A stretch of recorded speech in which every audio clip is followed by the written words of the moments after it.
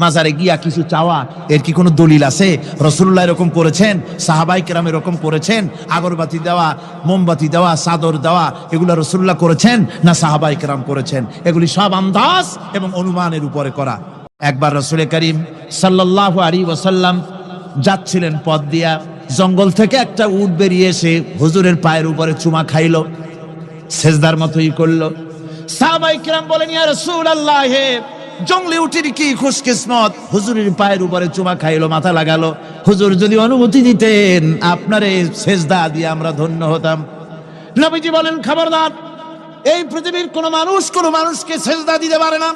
আমি যদি কোনো মানুষের জন্য সেজদা করা জায়েজ করতাম, তাহলে দুনিয়ার সমস্ত নারীদের বলতাম স্বামীর সামনে সেজদা দিতে। সেজদা হবে কেবলমাত্র কার? আর কারো হতে পারে না। আমার ভাইয়েরা, মাছে গিলে ফেলেছে, মাছ পানির অথল তলদেশে চলে গেছে, মাছের পেটের ভিতরে জানলা নাই, দরজা নাই। হযরত ইউনূস আলাইহিস সালাম লক্ষ্য করলেন, এখন তো আর বাঁচতে পারবো না, মরা ছাড়া পথ নাই। ইউনূস আলাইহিস সালাম চিৎকার মারলেন, লা ইলাহা ইল্লা আনতা সুবহানাকা ইন্নী কুনতু মিনাজ জালিমিন। পড়েন সবাই, লা ইলাহা ইল্লা আনতা সুবহানাকা ইন্নী কুনতু মিনাজ জালিমিন। লা ইলাহা ইল্লা আনতা, আল্লাহ তুমি ছাড়া কেউ নাই, তুমি ছাড়া কেউ নাই, কোনো ইলাহ নাই, মাবুদ নাই। আমি তোমার পবিত্রতা ঘোষণা করছি, তুমি দয়া করে আমাকে বাঁচাও, আমি আমার নিজের উপর জুলম করেছি। আমার বন্ধুগণ, এত বড় মারাত্মক বিপদের ভিতরে ইউনূস আলাইহিস সালাম যখন চিৎকার মারলেন, পানির ভিতরে বসে, মাছের পেটের ভিতরে বসে, আল্লাহ রাব্বুল আলামিন চুপ করে থাকলেন না, সঙ্গে সঙ্গে রাব্বুল আলামিন জবাব দিয়া দিলেন, فاستجبنا له ونجيناه من الغم وكذلك ننجي المؤمنين। আমি বললাম, ইউনূস তুমি বিপদে পড়েছ, তুমি যখন চিৎকার মারলে তোমার চিৎকারের আওয়াজ দুনিয়ার কেউ শোনে নাই, কোন রাজা বাদশাহ, তোমার আত্মীয় বন্ধু বান্ধব কেউ শোনে নাই। নদীর অতল তলদেশে মাছের পেটের ভিতরে বসে যে চিৎকার তুমি মারলে পৃথিবীর কেউ শোনে নাই, আমি তোমার আরশের মালিক আল্লাহ রব্বুল আলামিন শুনেছি। শুধু শুনি নাই, জবাব দিয়া দিলাম, মাছের পেটের ভিতরে বেদনার সৃষ্টি করে দিলাম। মাছ ভেটে উঠল নদীর উপরে, ব্যথার চোটে মাছ দেখলো, বমি করা ছাড়া পথ নাই। মাছ তরিয়ার কিনারে গিয়া বমি করে ফালাই দিল ইউনূস আলাইহিস সালামকে। আল্লাহ বলেন, ইউনূস রে বাঁচায় দিলাম। ও পৃথিবীর মুমিনেরা, শুধু ইউনূসকে নয়, পৃথিবীর মুমিন বান্দারা যখন বিপদে পড়বে আর আমার কাছে যদি তারা প্রার্থনা করে, আমার কাছে সাহায্য চাই, ওয়া কাযালিকা নুজিল মুমিনিন, এইভাবে করে আমি মুমিনদেরকেও বিপদ থেকে বাঁচাইয়া দিব। জোরে কান সুবহানাল্লাহ। ওয়াদা কার? ওয়াদা কার? সুতরাং মাজারে নয়, মসজিদে গিয়া কাঁদবেন। কোথায় গিয়া কাঁদবেন? কোথায়? মসজিদে গিয়া কাঁদবেন। আমার বন্ধুগণ, আল্লাহ রাব্বুল আলামিন বলেন, ইয়ানসুরকুমুল্লাহু ফালা গালিবা লাকুম, আল্লাহ যদি তোমাকে সাহায্য করেন তবে কোন শক্তি তোমাকে তার উপরে জয়ী হতে পারবে না, কেউ তোমাকে তার থেকে ফিরাতে পারবে না। আর যদি আল্লাহ তোমাকে জিল্লতি দেন, যদি তোমাকে আল্লাহ পাক লাঞ্ছিত করেন, তোমাকে কেউ সম্মান দিতে পারবে না। দেখুন, ইব্রাহিম আলাইহিস সালামকে নমরুদ আগুনের মধ্যে ফালাই দিবে, জিবরাইল বলছেন, ইব্রাহিম আমার কাছে সাহায্য চাও, আমি তোমার বাঁচাই দেব, আগুনটারে নিভাই দিব। কত বড় কথা, আমি বাঁচাই দেব, আমার কাছে বলো না। ইব্রাহিম আলাইহিস সালাম জিবরাইলের কাছে সাহায্য চাইছে, কোন চেয়েছে? হযরত ইব্রাহিম বলেন, জিবরাইল, সাহায্য তোমার কাছে আমি কেন চাইবো? তোমার কাছে সাহায্য চাওয়ার প্রশ্ন ওঠে না, কারণ আমি এমন কোন অন্ধ আল্লাহর ইবাদত করি না যে আল্লাহ তার গোলামের দুঃখ নিজের চোখে না দেখেন। আমি আগুনে পড়ে গেলে, আগুনে জ্বললে পরে আমার আল্লাহ যদি খুশি হন, তাহলে এরকম আগুনে 1000 বার পুড়ে জীবন দিতে আমি ইব্রাহিম রাজি আছি। ইব্রাহিম আলাইহিস সালাম আগুনে পড়ে গেলেন। আল্লাহ পাক দেখলেন ইব্রাহিম পাস করছে কোন ডিভিশন, ফার্স্ট ক্লাস ফার্স্ট হয়ে গেছে। আগুনের ভিতরে পড়ে গেলেন। আল্লাহ পাক সঙ্গে সঙ্গে আগুনের প্রতি নোটিশ করে দিলেন, ইয়া নারু কুনি বারদাও ওয়া সালামান আলা ইব্রাহিম। আগুন আমার ইব্রাহিমের জন্য শান্তিদায়ক, ঠান্ডা হয়ে যা। সুবহানাল্লাহি ওয়া বিহামদিহি। এই জন্য আল্লাহ রাসূল বলেছেন, ইযা সালতা ফাসআলিল্লাহ, যদি কিছু চাও কার কাছে চাইবা? কে শিখাচ্ছেন? রাসূল।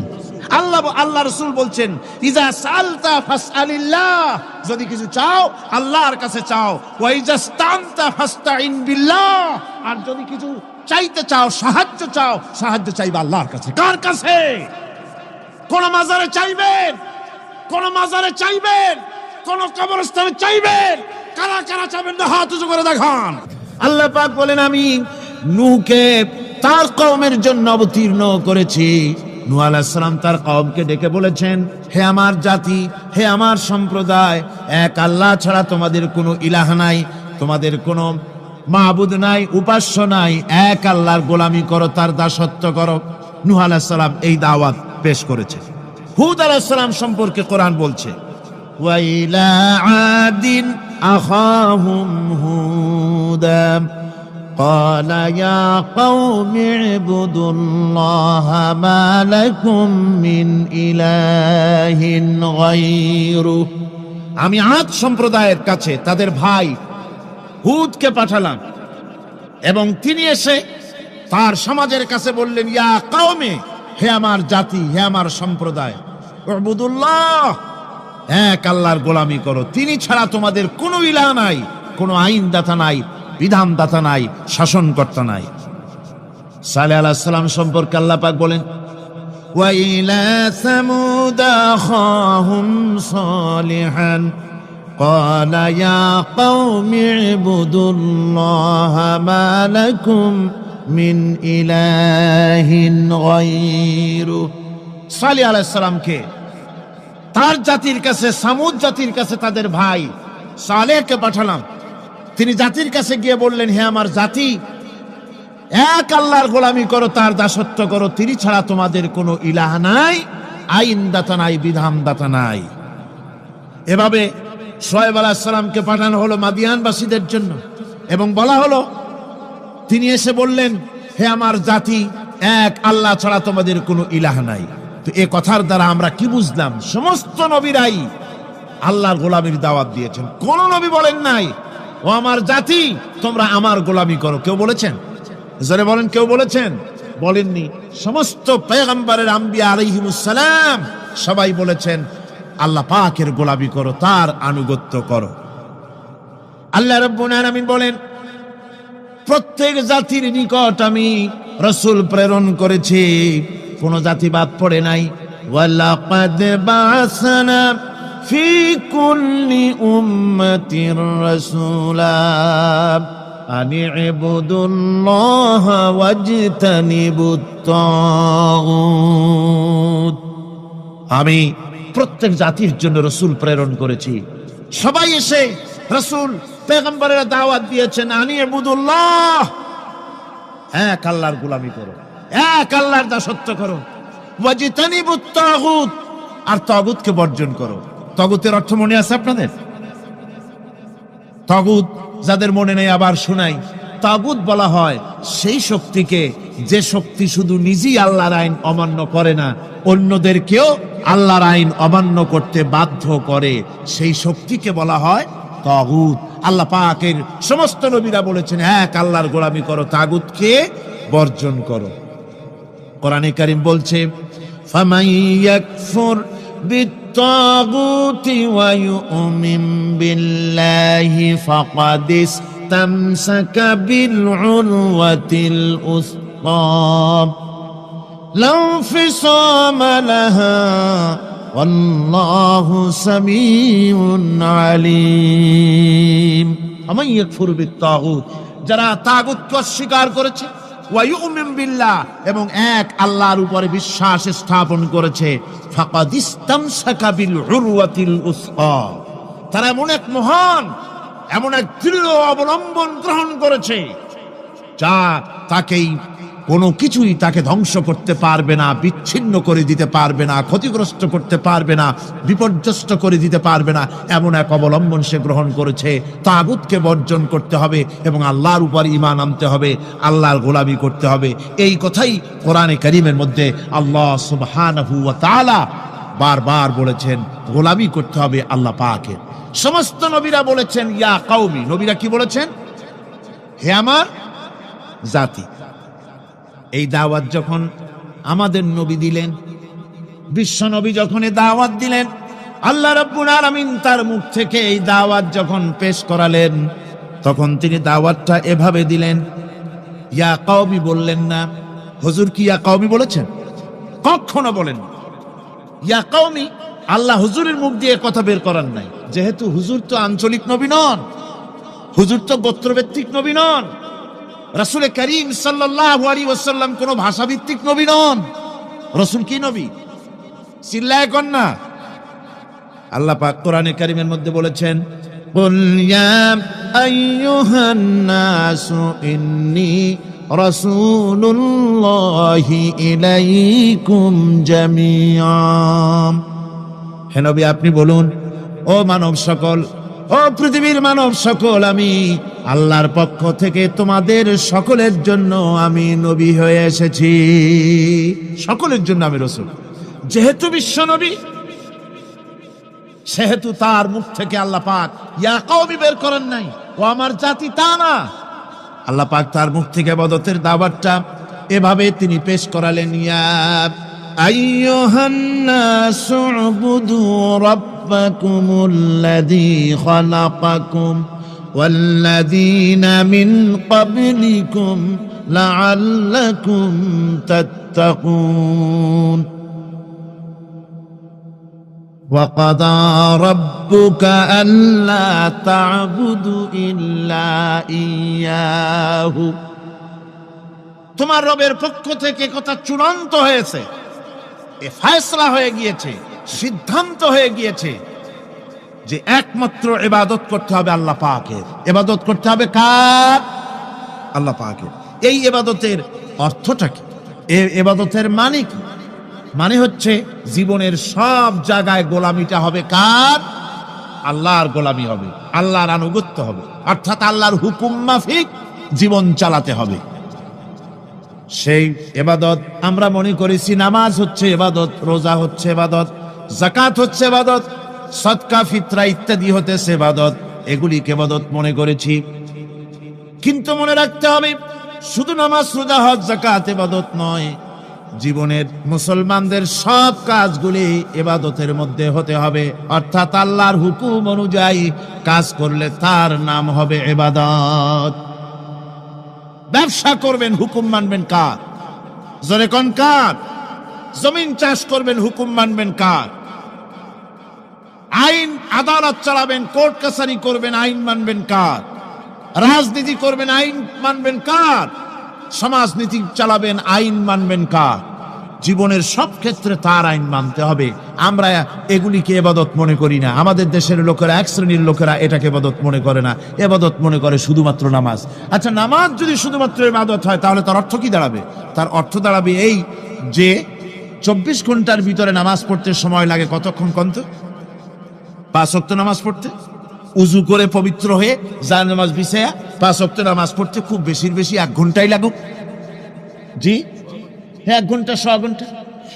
তাহলে কি হলো অর্থ? অর্থ এই হবে 24 ঘন্টার ভিতরে আপনি 1 ঘন্টা 100 ঘন্টার জন্য আল্লাহর গোলাম, বাকি 22.5 ঘন্টা 23 ঘন্টার জন্য শয়তানের গোলাম হতে রাজি আছেন কেউ? রোজা যদি শুধুমাত্র ইবাদতের নাম হয় তাহলে তার অর্থ দাঁড়াবে 12 মাসের ভিতরে 1 মাসের জন্য আপনি আল্লাহর গোলাম। আর 11 মাস শয়তানের গোলাম কে কে হবেন? হাত তুলে দেখান তো। বোঝে নাই সেজন্য হাত উঁচু করছে। বাকি 11 মাসের জন্য শয়তানের গোলাম হতে কেউ রাজি আছেন? তাহলে বোঝা যাচ্ছে নামাজ রোজাই শুধুমাত্র ইবাদত নয়। যেমন মানুষের হাত, এটার নাম কি?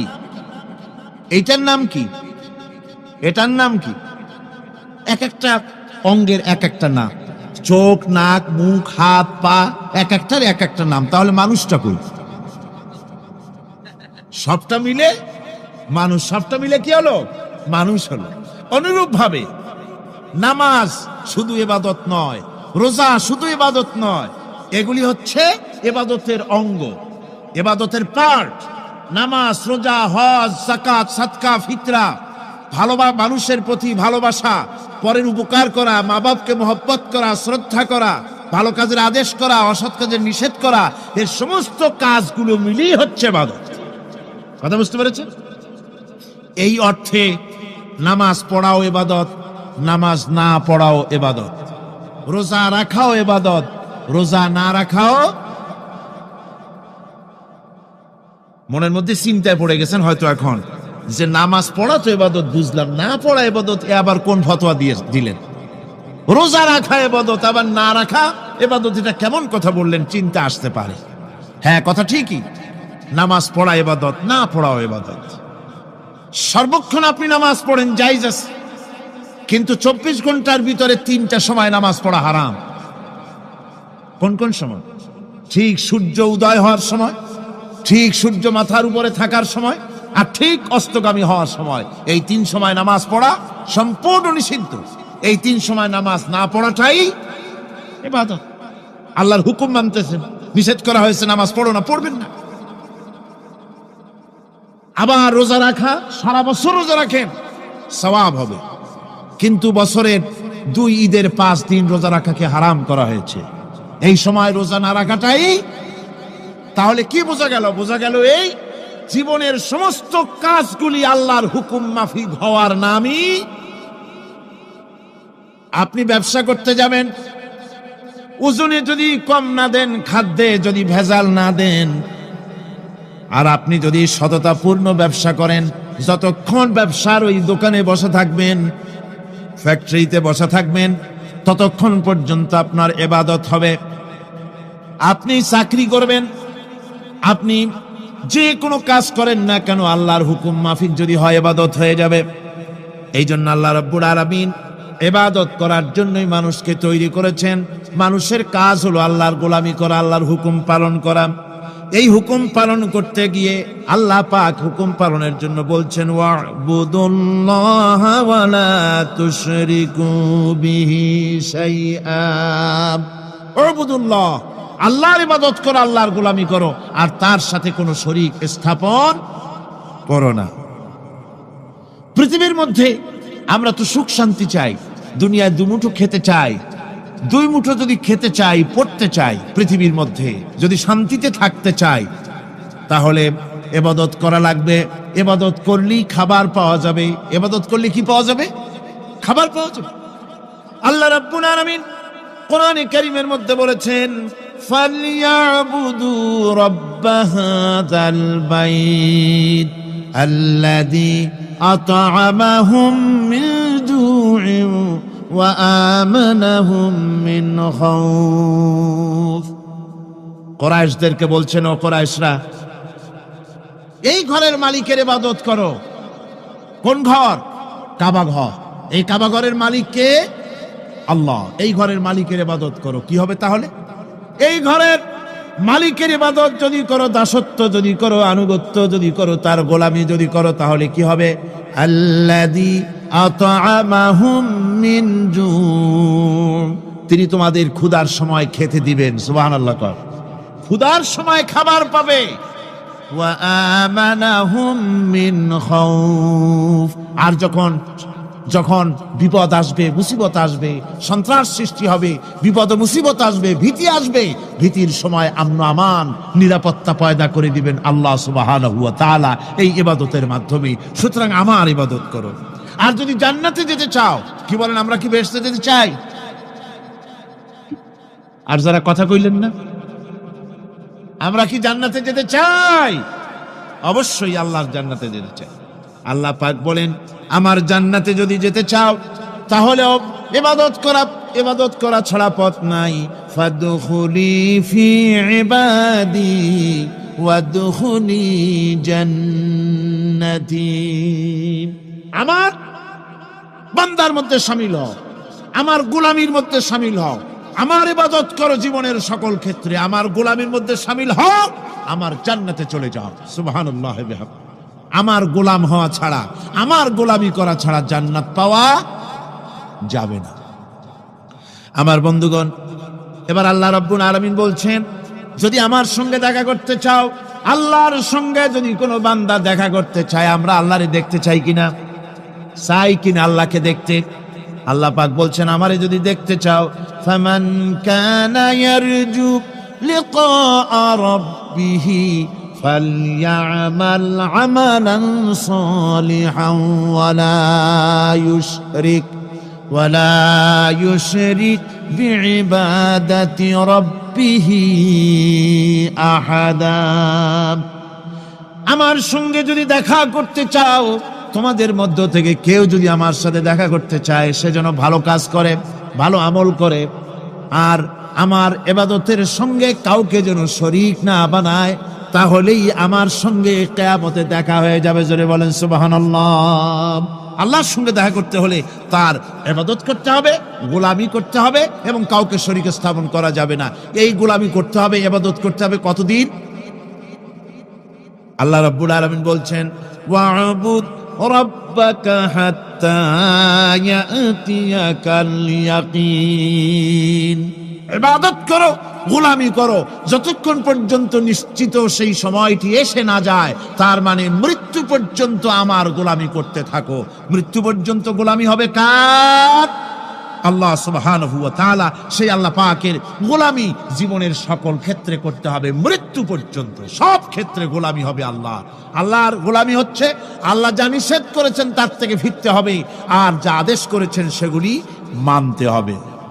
যারা নিজেদের সৃষ্টির উদ্দেশ্য বোঝে না, আল্লাহর সামনে মাথা নত করার পরিবর্তে অহমিকতা করে, অহংকার করে, আল্লাহর সামনে মাথা নত করে না, ইবাদত করে না আল্লাহ, তাদের সম্পর্কে আল্লাহ রাব্বুল আলামিন বলছেন, ইন্নাল্লাযীনা ইস্তাকবিরুনা আন ইবাদাতি সায়াদখুলুনা জাহান্নামা দাখিরিন।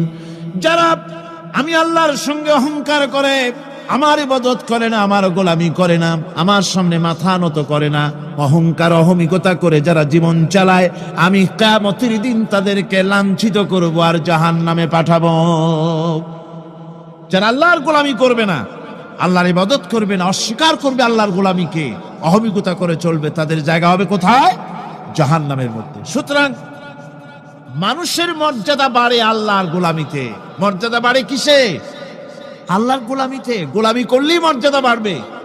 এই জন্য আল্লাহ পাক কোরআনে কারীমের মধ্যে সবচাইতে মাহবুব, আল্লাহ পাকের মাহবুব বান্দাদের কথা যখন বলেছেন, তখন নাম নেন নাই, আব্দুন শব্দ ব্যবহার করেছেন, গোলাম বলেছেন, বান্দা বলেছেন। আমার বান্দা, বান্দা হচ্ছে মানুষের জন্য সবচাইতে বড় ডিগ্রি আল্লাহর পক্ষ থেকে।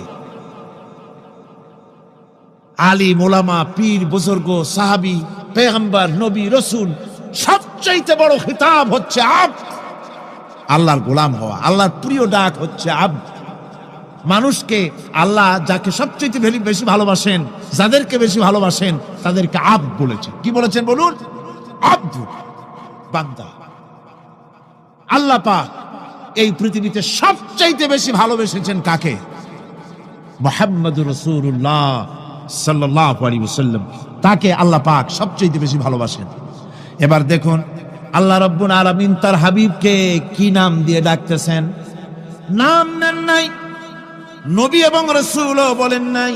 কোরআনে কারীমের ভিতরে রব্বুল আলামিন তার হাবিবকে আব্দ বললেন। যেমন দেখুন, ইন কুনতুম ফি রাইবিম মিম্মা নাযালনা আলা আবদিনা। আমি যে কিতাব নাজিল করেছি আমার বান্দার উপরে, তোমাদের যদি সন্দেহ হয়, এই যে বান্দা আমার আব্দের উপরে নাজিল করেছি, এই আব্দকে মুহাম্মদ রাসূলুল্লাহ সাল্লাল্লাহু আলাইহি ওয়াসাল্লাম আব্দ, অর্থাৎ সবচেয়ে প্রিয় ডাক হচ্ছে আল্লাহর পক্ষ থেকে বান্দার জন্য আব্দ। স্নেহপূর্ণ না, স্নেহপূর্ণ ডাক, মহব্বতপূর্ণ ডাক। অন্য আয়াতে আমরা দেখতে পাই তাবারাকাল্লাযী নাযালাল ফুরকানা আলা আবদিহি লিয়াকুনা লিল আলামিনা নাযীরা।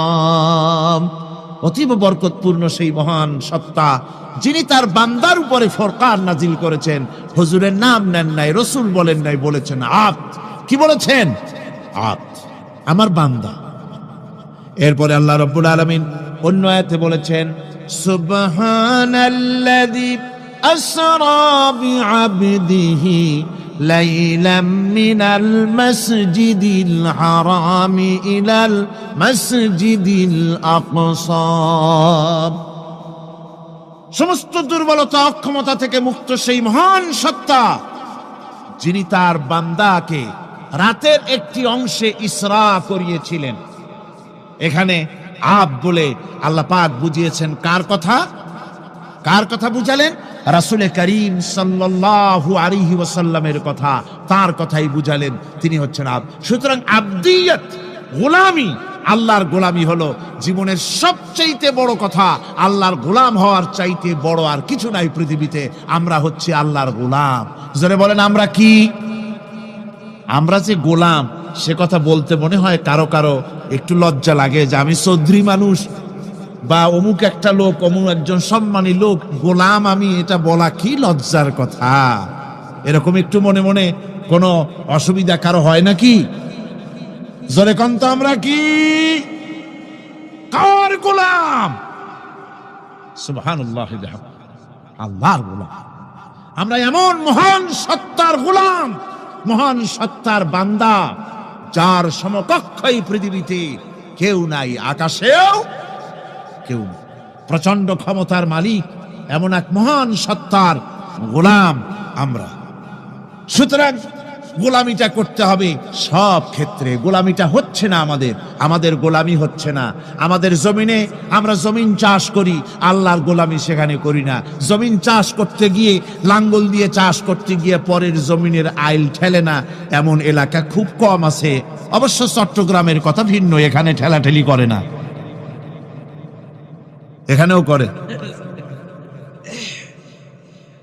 তো কেমন গোলাম হলাম? জমিনে চাষ করতেছি, পরের জমিনের আইল ঠেলতেছি, যা নিষেধ করা হয়েছে আমরা সেটা করতেছি। আল্লাহ নিষেধ করছেন সুদ খেও না, আমরা সে সুদের মধ্যে যাচ্ছি। আল্লাহ নিষেধ করেছেন জুয়া খেলতে, সেই জুয়া খেলা হচ্ছে। মদ খেতে নিষেধ করেছেন, সেই মদ খাওয়া হচ্ছে। অর্থাৎ যা যা নিষেধ করা হয়েছে সমাজের মধ্যে সেগুলি বেশি করে চলতেছে, ঠিক কিনা? তাহলে কি বান্দা হতে পারলাম? বান্দা হতে পারি নাই, গোলাম হতে পারি নাই। গোলাম হতে হবে আল্লাহ পাকের। কি হতে হবে যখন? গোলাম হতে হবে জীবনের সকল ক্ষেত্রে। আল্লাহর হক বান্দার উপরে কি, আর বান্দার উপরে আল্লাহর হক কি, এ ব্যাপারে একটি হাদিস এসেছে। ওয়ান মুআজ বিন জাবাল রাদিয়াল্লাহু তাআলা আনহু قال كنت رديف النبي صلى الله عليه وسلم على حمار فقال لي يا معاذ أتدري ما حق الله على العباد وما حق العباد على الله। হযরত মুআজ বলছেন, আমি রাসূল করিম সাল্লাল্লাহু আলাইহি ওয়াসাল্লামের গাধার পৃষ্ঠে হুজুরের পেছনে বসা ছিলাম। হুজুর আমাকে জিজ্ঞেস করলেন, মুআজ তুমি কি জানো বান্দার উপরে আল্লাহর হক কি আর আল্লাহর উপরে বান্দার হক কি? কুলতু আল্লাহু ওয়া রাসূলুহু আ'লাম। বললাম আল্লাহ এবং তার রাসূল খুব ভালো জানেন। আমি কি করে জানবো? আল্লাহ এবং তার রাসূল খুব ভালো জানেন। ক্বালা হাক্কুল্লাহি আলাল ইবাদি আন ইয়াবুদুহু ওয়া লা ইউশরিকু বিহি শাইআ।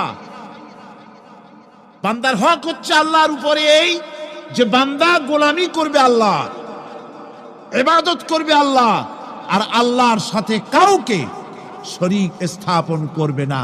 এটা হচ্ছে আল্লাহর উপরে কার হক? বান্দার। আর আল্লাহর হক হচ্ছে বান্দার উপর কি?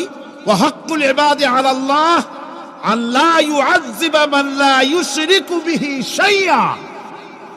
বান্দার উপরে আল্লাহর হক হচ্ছে যে বান্দা আল্লাহর গোলামি করবে আর শরীক স্থাপন করবে না আল্লাহর সাথে, আল্লাহ তাকে শাস্তি দিবেন না। সুবহানাল্লাহ ওয়া বিহামদিহি। আল্লাহ তাকে আযাব দিবেন না, আল্লাহ তাকে শাস্তি দিবেন। সুতরাং তাওহীদের আকীদা মজবুত হতে হবে। আখিরাতের কামিয়াবি এর উপরে নির্ভরশীল। আমরা যদি আখিরাতে কামিয়াবি চাই, কি বলেন, আখিরাতে কি আমরা জীবনের সফলতা চাই? জোরে বলেন, সফলতা চাই। আখিরাতের কামিয়াবি যদি চাই, জাহান্নাম থেকে যদি বাঁচতে চাই, বেহেশতে যদি যেতে চাই, তাহলে আকীদাকে মজবুত করতে হবে। আল্লাহর সাথে কাউকে শরীক স্থাপন করা যাবে না। এবং আল্লাহ সৃষ্টিকর্তা, কোরআনে পাকের শিক্ষা অনুযায়ী আল্লাহরে বিশ্বাস করি, এতটুকুন কথা বললেই তাওহীদের হক আদায় হয় না। তাওহীদের হক হচ্ছে আল্লাহ পাককে সৃষ্টিকর্তা, পালনকর্তা, বিধানদাতা, রিজেক দাতা, কল্যাণদাতা সবকিছু হিসাবে মানতে হবে। কাকে? আল্লাহ পাককে। জোরে সরে বলুন, কাকে মানতে হবে? সমস্ত ক্ষমতা হচ্ছে আল্লাহ। সমস্ত ক্ষমতা কার? আল্লাহর নাম নিতে শরম করে নাকি? তাহলে জোরে সরে কোন সমস্ত ক্ষমতা কার? আল্লাহ রাব্বুল আলামিনের এত বড় ক্ষমতা, সাগরকে নগর বানাতে পারেন, নগরকে সাগর বানিয়ে দিতে পারেন, এতিমকে রাষ্ট্রের মালিক বানায় দিতে পারেন, ধনীকে গরিব বানায় দিতে পারেন, গরিবকে ধনী বানায় দিতে পারেন, মৃত্যুকে জিন্দা করতে পারেন, জিন্দাকে মৃত্যু করে দিতে পারেন, পথের লোককে ধরে প্রেসিডেন্ট বানায় দিয়া ফুলের মালা দিয়া গলা থেকে পা পর্যন্ত ভরে দিতে পারেন। আবার আল্লাহ যদি নারাজ হয়ে যান, প্রেসিডেন্টের ফুলের মালার পরিবর্তে জুতার মালা গলায় দিয়া জেলখানার মধ্যে ঢুকাইয়া দিতে পারেন। তাহলে ক্ষমতাটা কার? বিশ্বাস করেন? সমস্ত ক্ষমতার মালিক আল্লাহ। আকীদা মজবুত হতে হবে। আমার মুসলমান ভাইরা, আকীদায় গড়বড় যদি হয়ে যায়, তাওহীদ বুঝতে যদি ভুল করেন, জীবন বরবাদ হয়ে যাবে। আর কিছু যদি না পারেন, অন্তত ঈমান ও আকীদাকে মজবুত করে যদি আল্লাহর দরবারে উঠতে পারেন, ফাকাদ ফাজা ফাওজান আযীমা। বিরাট কামিয়াবি আসবে কিয়ামতে যদি আকীদাটাকে মজবুত করে না ওঠা যায় আল্লাহর দরবারে। সেজন্য আমি কোরআন আমাদেরকে কি শিখালো সেই কথাই বলছি। আল্লামাল কোরআন, কোরআন কি শিখাইছে? তাবিজ শিখায় নাই। কোরআন আমাদেরকে শুধুমাত্র মাথা ঝুলে ঝুলে তেলাওয়াত, এটা শিখায় নাই। কোরআন তেলাওয়াত করতে হবে, বুঝতে হবে, আমল করতে হবে। কোরআন শিখাচ্ছে। কে শিখাচ্ছে? কোরআন। তার মানে কে? আল্লাহ। কে শিখাচ্ছেন? আল্লাহ সুবহানাহু ওয়া তাআলা শিখাচ্ছে। বান্দা শোনো ভালো করে। ওয়াইয়ামসাসকাল্লাহু বিদুররিন ফালা কাশিফা লাহু ইল্লা হুয়া।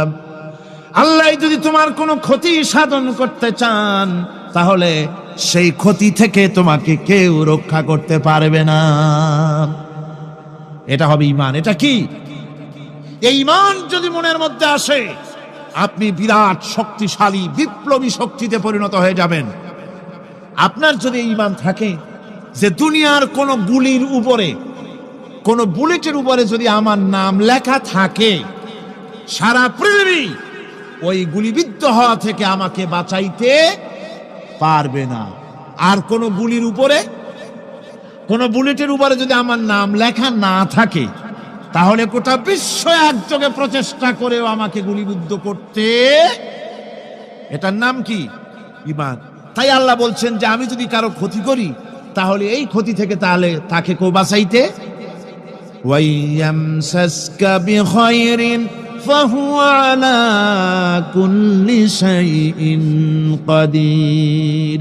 আর আল্লাহ রাব্বুল আলামিন যদি কারো কল্যাণ করতে চান, তাহলে তার কল্যাণকে কেউ ফিরায় দিতে পারে না। কল্যাণ থেকে কেউ কাউকে কল্যাণ থেকে মাহরুম করে দিতে পারে না। তার মানে হলো, আল্লাহ যদি কাউকে চুল ধরে, মাথা ধরে, কল্লা ধরে উপরের দিকে টানে, আর দুনিয়া যদি তার পাও ধরে নিচের দিকে টানে, তাহলে দুনিয়া পারবে? পারবে? আল্লাহ কল্যাণ করতে চাইলে কেউ ঠেকাইতে পারবে না, আর আল্লাহ অকল্যাণ করতে চাইলেও তার থেকেও কেউ বাঁচতে।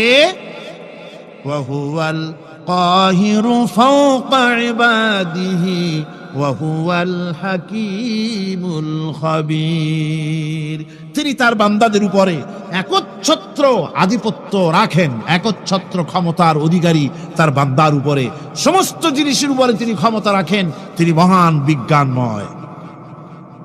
এই তাওহীদ খুঁজে নিতে হবে। তাওহীদ অর্থাৎ আল্লাহ পাককে সমস্ত ক্ষমতার মালিক মনে করতে হবে। দেখুন, আমাদের জাতির পিতা কে? আমাদের জাতির পিতা মনে আছে তো? ভুল টুল করেন না তো? ভুল টুল করবেন।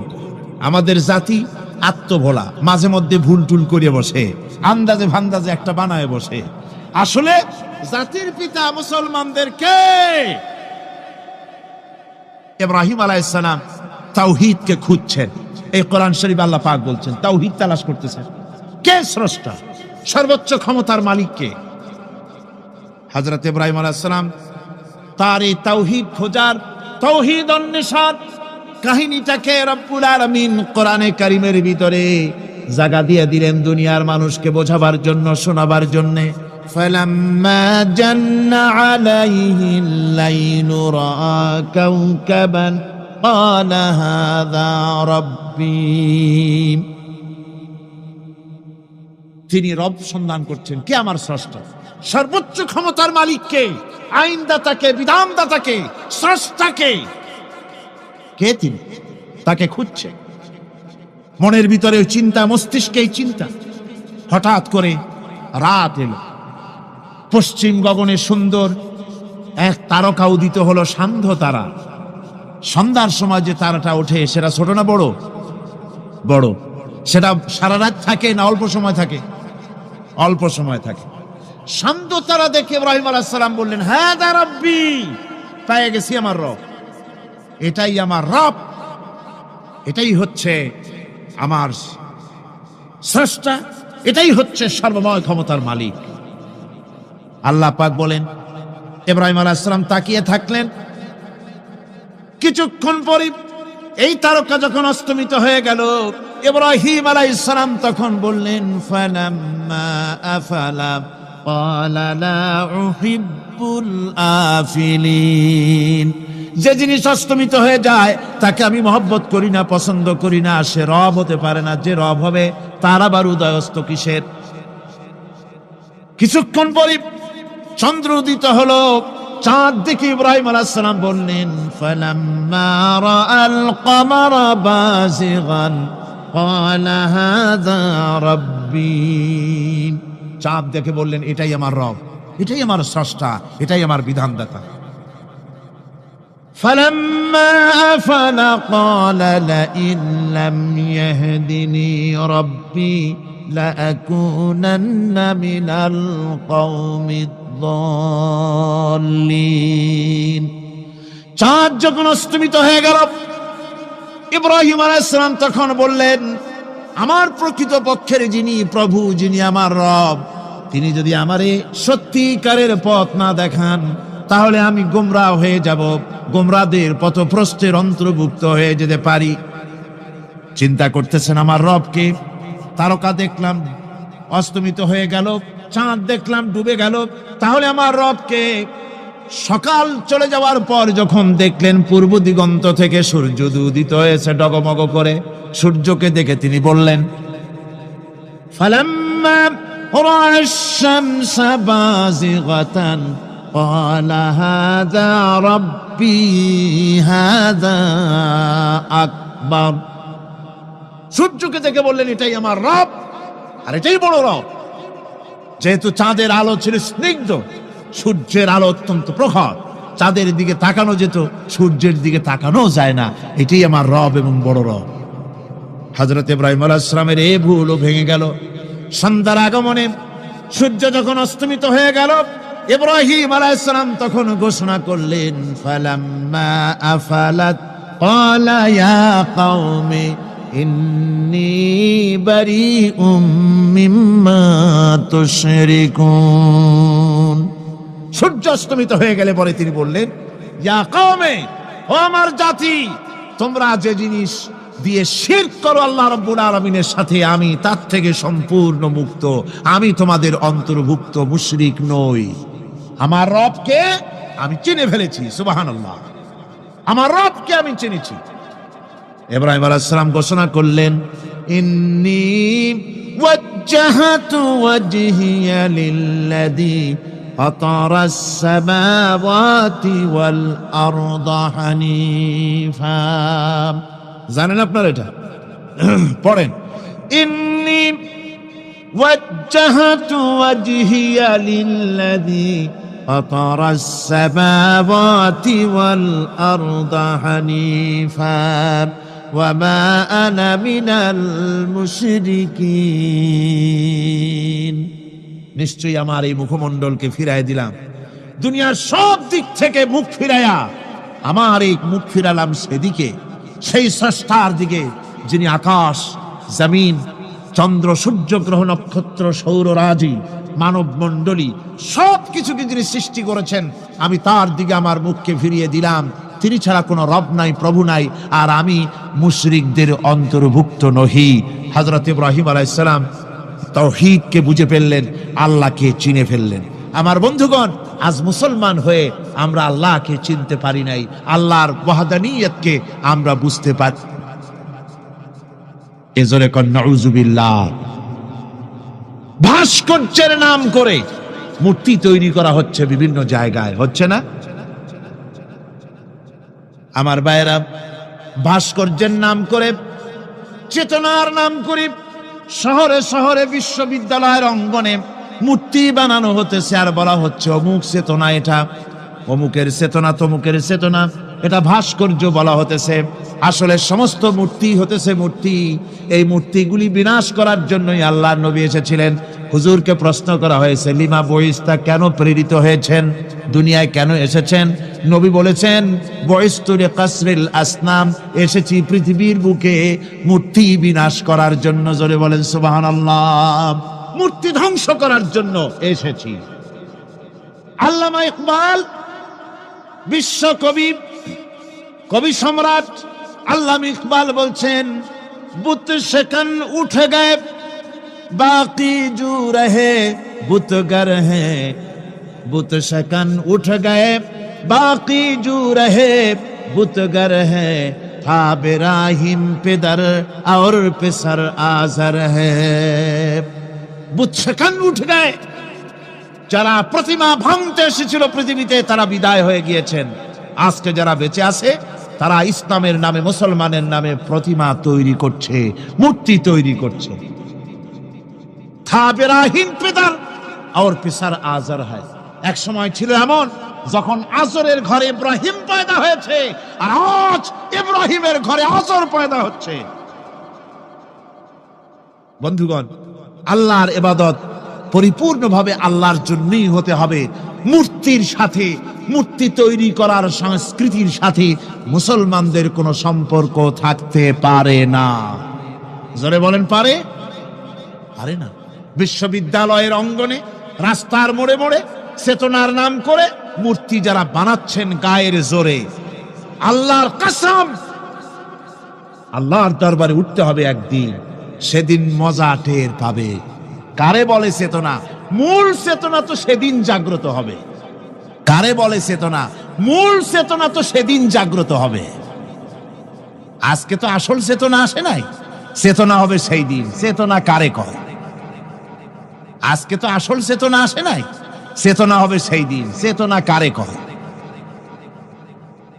চেতনা কত প্রকার এবং উহা কি কি উদাহরণ সহরে বুঝাইয়া দেওয়া হবে। আমার ভাইরা, মাথা জায়গায় যেয়ে দেখবেন কি? শুধু মাথাই দেখবেন, আপনারও একটা মাথা, দেখবেনও মাথা। আল্লাহ পাক তো গোটা ময়দান ভরে দিয়েছেন, আলহামদুলিল্লাহ। বলেন আলহামদুলিল্লাহ। মাঠে জায়গা নাই, রাস্তায় জায়গা নাই, দেখার জন্য আপনি আবার দাঁড়ান কেন? বসেন, আরামসে শোনেন। কার কথা শুনতেছেন? আল্লাহর কথা। সুবহানাল্লাহ।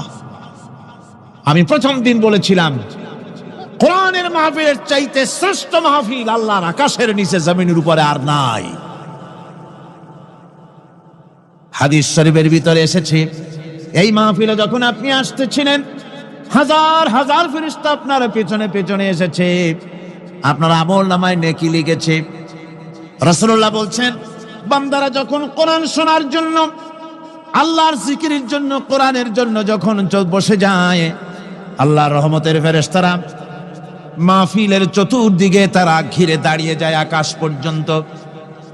এই মাহফিল ঘেরাও হয়ে আছে ফেরেশতা দিয়া। কি দিয়া? কার কথা?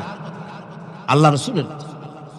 ফেরেশতা দিয়ে গোটা মাহফিল ঘেরাও হয়ে আছে, আকাশ পর্যন্ত তারা দাঁড়িয়ে আছে। ফেরেশতারা বলতে থাকে, রব্বুল আলামিন, তোমার বান্দারা যতক্ষণ রাস্তায় ছিল ততক্ষণ নেকি লেগেছি, এখন মাহফিলে বসে গেছে, এখন কি করি? আল্লাহ পাক বলেন, আমার ফেরেশতারা, আমার বান্দারা যতক্ষণ মাহফিলে বসে থাকবে, ওদের প্রত্যেক শ্বাস এবং প্রশ্বাসের বিনিময়ে 10-10 করে নেকি লিখতে থাকো। প্রত্যেকটি শ্বাস প্রশ্বাসের বিনিময়ে নেকি লেখা হচ্ছে। সুবহানাল্লাহ। আপনারা পাড়ায় জান্নাতে বসে আছেন। মাজালিসুল ইলম হিয়া রাউদাতুম মিন রিয়াদিল জান্নাহ, এটা জান্নাতের টুকরায় আপনারা বসে আছেন। জোরে কোন সুবহানাল্লাহ।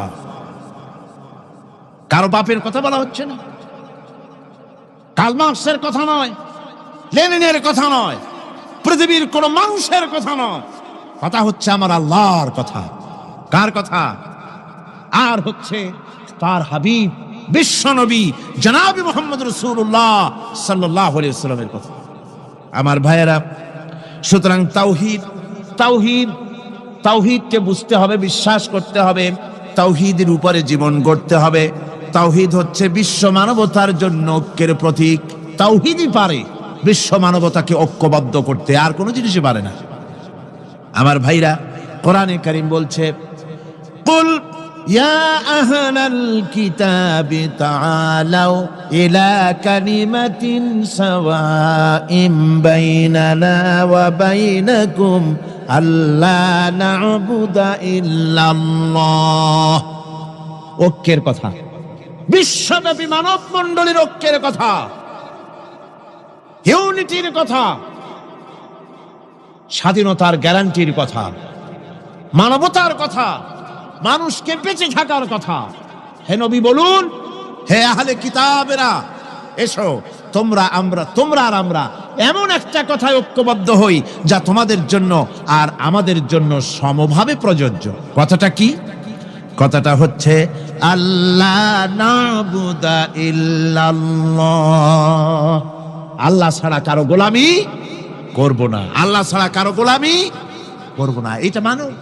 ও দুনিয়ার মানুষ, খ্রিস্টান হও, ইহুদি হও, হিন্দু হও, নাসারা হও, আওয়ামী লীগ হও, বিএনপি হও, চাষদ হও, খাসদ হও, বাসদ হও, যাই হও না কেন, যারা মানুষ সব এক হয়ে যাও, আল্লাহ ছাড়া কারো গোলামি করব না।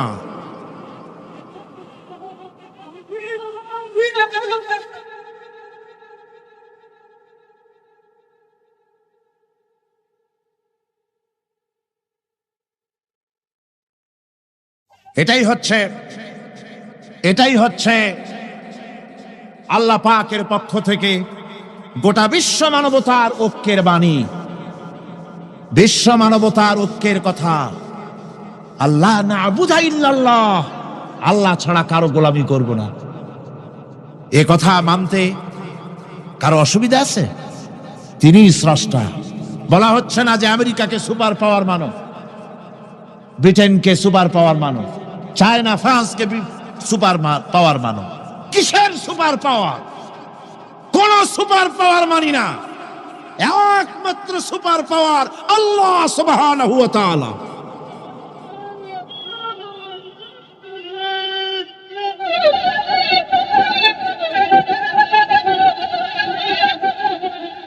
সেই আল্লাহ সুবহানাহু ওয়া তাআলা তিনি বলছেন, পৃথিবীর মানুষেরা তোমাদের সৃষ্টি করেছি আমি, সুতরাং ঘোষণা করো আল্লাহ ছাড়া কারো গোলামি করব না। সকলের জন্য কি সুন্দর কথা, সাওয়াইম বাইনানা ওয়া বাইনাকুম, তোমাদের জন্য আর আমাদের জন্য সমান।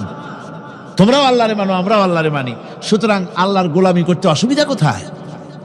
ওয়ালা নুশরিকা বিহি শাইআ, আর আল্লাহর সাথে কারো শরীক স্থাপন করো না।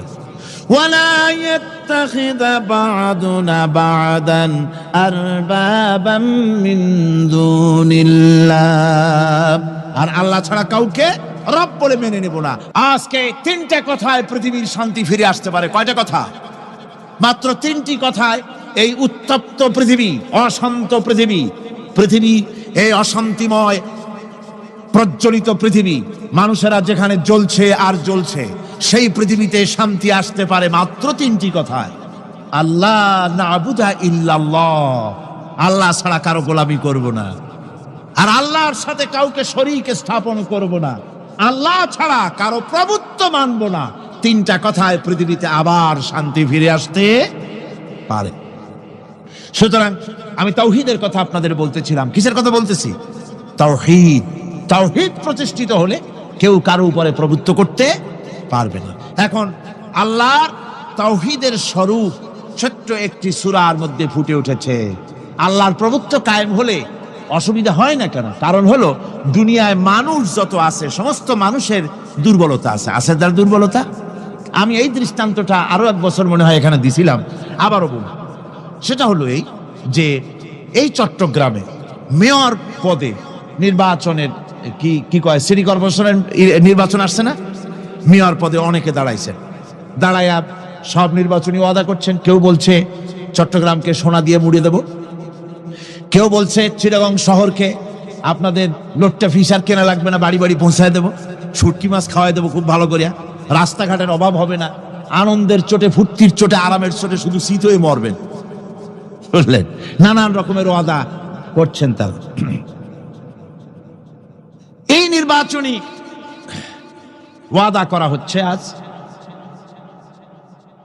একজন মেয়রকে যদি দায়িত্ব দেওয়া হয় যে চট্টগ্রামে 6 বছরের যত বাচ্চা আছে, এই বাচ্চাদের মধ্যে কমলা লেবু বিতরণ করতে দায়িত্ব দিলাম আপনাকে, আপনি একজন মেয়র পদ প্রার্থী, 40 ট্রাক কমলা সিলেট থেকে আনা হয়েছে, সব বাচ্চাদেরকে, 6 বছরের বাচ্চাদেরকে একটা একটা করে দিবেন। এই কমলা বিতরণ করতে গিয়ে যদি দিতে দিতে যখন তিনি দেখবেন যে ওনার নিজের ছেলে সামনে এসেছে, বোনের ছেলে সামনে এসেছে, ভাইয়ের ছেলে সামনে এসেছে, তখন অন্যের চাইতে নিজের ছেলেকে, বোনের ছেলেকে 2টা কমলা বেশি দিতে ইচ্ছে করবে না? করবে কিনা? সামান্য কমলা বিতরণ করতে গিয়ে যদি বোনের ছেলেকে, নিজের ছেলেকে বেশি দিতে ইচ্ছে করে, সেই মানুষের হাতে দেশের আইন তৈরি করার, সংবিধান তৈরি করার দায়িত্ব পৃথিবীতে কোথাও দেওয়া যেতে পারে না। এই জন্যই আইন তৈরি করেছেন এমন সত্তা যার ছেলে নাই, যার মেয়ে নাই, যার বউ নাই, যার আত্মীয় স্বজন নাই। সুবহানাল্লাহ বিহামদি। তিনি কে? আল্লাহ রাব্বুল আলামিন নিজের এই তাওহীদের কথাটা ছোট্ট সূরার ভিতরে ফুটায়ে তুলেছেন। কুল হুয়াল্লাহু আহাদ। জানেন কিনা? পড়েন সবাই। কুল হুয়াল্লাহু আহাদ আল্লাহুস সামাদ লাম ইয়ালিদ ওয়া লাম ইউলাদ ওয়া লাম ইয়াকুল লাহু কুফুয়ান আহাদ। হে নবী, আপনি বলে দেন আল্লাহ এক এবং একক, তিনি নিরঙ্কুশ, তার কোন সন্তানই কাউকে জন্ম দেন নাই, তাকেও কেউ জন্ম দেয়নি, আকাশ এবং জমিনে তার সমকক্ষ কেউ নাই।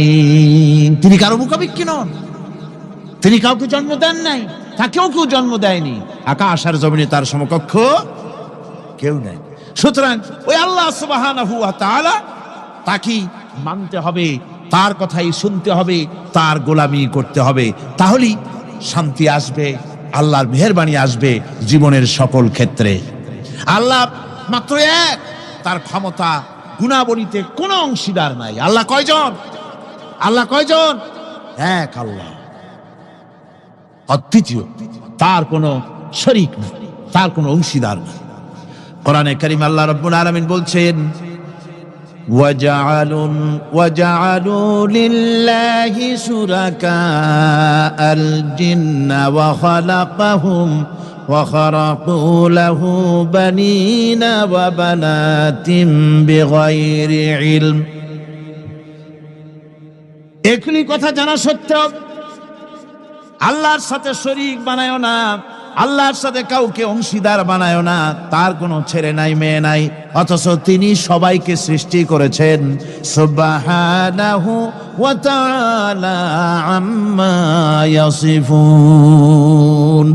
পবিত্রতা সেই আল্লাহ পাকের, এবং তিনি তার সম্পর্কে যে চিন্তা করে লোকেরা যা কিছু বলে, এর থেকে আল্লাহ পাক ঊর্ধ্বে। আল্লাহর সন্তান স্থাপন করে তারা বলে যে আল্লাহর ছেলে আছে। নাউযুবিল্লাহ। কোরআন শরীফে আল্লাহ পাক বলেছেন খ্রিস্টানের আল্লাহর ছেলে বানাইছে। ওয়াকালাতিন নাসারাল মাসীহ ইবনুল্লাহ। খ্রিস্টানেরা বলেছে মসিহ হচ্ছে আল্লাহর পুত্র। নাউযুবিল্লাহ। আবার ইহুদিরা তারা বসে থাকলো না, ইহুদিরা বলল ওয়াকালাতিল ইয়াহুদু উযাইরুন ইবনুল্লাহ। ইহুদিরা বলল উযাইর হচ্ছে আল্লাহর পুত্র। নাউযুবিল্লাহ। আবার আরেক শ্রেণীর লোক হলো, তারা বলল পৃথিবীতে যত মেয়ে আছে সমস্ত মেয়েগুলি হলো ফেরেশতাগুলি, সব মেয়ে, আর মেয়েগুলি সব আল্লাহ। নাউযুবিল্লাহি মিন যালিক। আল্লাহ রাব্বুল আলামিন প্রতিবাদ করলেন আলাকুমুয যাকারু ওয়া লাহুল উনসা তিলকা ইযান কিসমাতুন দিযা। কি হে, তোমরা সমস্ত পুত্র সন্তানগুলি নিজের জন্য নিয়ে নিলে আর কন্যা সন্তানগুলি দিলে আমাকে, কেমন তোর ভাগ করলে এটা? আল্লাহ পাকের কোনো সন্তান নাই, আল্লাহ রাব্বুল আলামিনের কোনো সন্তান নাই, স্ত্রী নাই, পুত্র নাই, কেউ নাই। আল্লাহ পাক বলেন বাদিউস সামাওয়াতি ওয়াল আরদ। আসমান এবং জমিনের উদ্ভাবক হচ্ছেন তিনি। আন্না ইয়াকুনু লাহু ওয়ালাদুন ওয়া লাম তাকুন লাহু সাহিবা। তিনি তো, তার সন্তান হবে কি করে? তার তো জীবন সঙ্গিনী নাই, তার তো স্ত্রী নাই। আল্লাহ বলছেন আমার তো স্ত্রী নাই, অথচ তোমরা আমার সন্তান বানাচ্ছ। অথচ আমি সব কিছুকেই সৃষ্টি করেছি। সবকিছুর স্রষ্টা কে? যালিকুমুল্লাহু রাব্বুকুম লা ইলাহা ইল্লা হুয়া খালিকু কুল্লি শাইইন ফা'বুদুহু ওয়া হুয়া আলা কুল্লি শাইইন কাদির। যালিকুমুল্লাহু রাব্বুকুম, তিনি এই হচ্ছে তোমাদের আল্লাহ, তিনি তোমাদের রব, তিনি ছাড়া কেউ নাই। সব কিছুর স্রষ্টা তিনি, তারই ইবাদত করো। সব জিনিসের উপরে একমাত্র তিনিই ক্ষমতা রাখেন, তার চাইতে ক্ষমতাশীল, ক্ষমতাধারী, শক্তিশালী পৃথিবীতে আর কেউ হতে পারে না। আমার বন্ধুগণ, আল্লাহ রাব্বুল আলামিনের শক্তি, তার ক্ষমতার কথা আল্লাহ পাক আরেকটি আয়াতের মধ্যে বলেছেন, যে আয়াতটা নামাজের পরে আমরা পড়ি। কি আয়াত কোন তো? বলতে পারবেন? প্রত্যেক নামাজের পরে পড়ি আয়াতুল কুরসি। আয়াতুল কুরসি এমন একটা আয়াত, এই আয়াতটি সম্পর্কে রাসূল করিম সাল্লাল্লাহু আলাইহি ওয়াসাল্লাম বলেছেন, ফরজ নামাজের পরে, প্রত্যেক ফরজ নামাজের পরে যে ব্যক্তি আয়াতুল কুরসি পড়বে, আল্লাহ রাব্বুল আলামিন কিয়ামতের দিন আল্লাহর তার প্রতি দায়িত্ব হবে একটাই, যে আল্লাহ পাক ওই ব্যক্তিকে জান্নাত দিয়ে দিবেন। সুবহানাল্লাহ। কেন? এই আয়াতের মধ্যে কি আছে? এই আয়াতে আছে আল্লাহ পাকের তাওহীদের কথা স্পষ্ট করে বলা হয়েছে। আল্লাহু লা ইলাহা ইল্লা হুয়াল হাইয়ুল কাইয়্যুম। পড়েন সবাই, আল্লাহু লা ইলাহা ইল্লা হুয়াল হাইয়ুল কাইয়্যুম। আল্লাহ তিনি, যিনি ছাড়া কোনো ইলাহ নাই, তিনি সদা জাগ্রত, তিনি চিরঞ্জীব। লা তাখুযুহু সিনাতুন ওয়ালা নাওম। আল্লাহ ঘুমায়, আল্লাহ তন্দ্রা যান, আল্লাহ জিমায়, আল্লাহর জিমানি নাই, আল্লাহর তন্দ্রা নাই, আল্লাহ ঘুমান না। সুবহানাল্লাহি ওয়া বিহামদিহি। অহরহ তার সামনে রয়েছে গোটা পৃথিবী, গোটা আকাশ ও জমিন সমস্ত সৃষ্টি জগৎ তার সামনে। তিনি ঘুমান না, তার কোনো তন্দ্রা নাই, তার কোনো নিদ্রা নাই। আল্লাহ কোথায় আছেন? আল্লাহ কোথায়? এটি আকীদার প্রশ্ন, এটি আকীদার প্রশ্ন। আপনাকে বুঝতে হবে, জানতে হবে আল্লাহ কোথায়। আল্লাহ পাক হচ্ছেন আলাল আরশি ইস্তাওয়া। আল্লাহ পাক আরশে আজিমে সদা সর্বত্র বিরাজিত। এ কথার অর্থ কি? এটার অর্থ হলো আল্লাহ পাকের ইলম মুহাইয়া করে রেখেছে গোটা সৃষ্টি জগৎকে, তার ইলমের ভিতরে রয়েছে সব। কথা বুঝতে পেরেছেন? যদি বলেন আল্লাহ সব জায়গায় আছে, তাহলে তো পানির মধ্যে, বাথরুমের মধ্যে, ঘরের মধ্যে, সব জায়গায় আল্লাহ পাককে থাকতে হয়। যে সব জায়গা অবাঞ্ছনীয়, অবান্তর জায়গা, সেসব জায়গায় আল্লাহকে থাকতে হয়। মূল কথা হচ্ছে আল্লাহ সব জায়গায় আছেন, তার অর্থ আল্লাহ পাক আরশের উপরে আছেন। আরশ ইস্তাওয়া, তিনি সর্বত্র বিরাজমান। এ কথার অর্থ হলো আল্লাহর ইলমে, আল্লাহর জ্ঞানের মধ্যে, আল্লাহর নজরের সামনে, আল্লাহর চোখের সামনে গোটা সৃষ্টি জগৎ রয়েছে। সুবহানাল্লাহ ওয়া বিহামদিহি। সুতরাং তার ঘুম নাই, তার নিদ্রা নাই, তার তন্দ্রা নাই। তাই বলে মাঝে মধ্যে খুব ক্লান্ত হন নাকি? না, ক্লান্তি তাকে স্পর্শ করে না। আল্লাহ পাক বলেন লাহু মা ফিস সামাওয়াতি ওয়া মা ফিল আরদ। আকাশ আর জমিন কার? মান যাল্লাযী ইয়াশফাউ ইনদাহু ইল্লা বিইযনিহি। আল্লাহ পাক বলছেন, কে আছে এমন তার দরবারে তার অনুমতি ব্যতীত সুপারিশ করতে পারে এমন অধিকারও কারো নাই।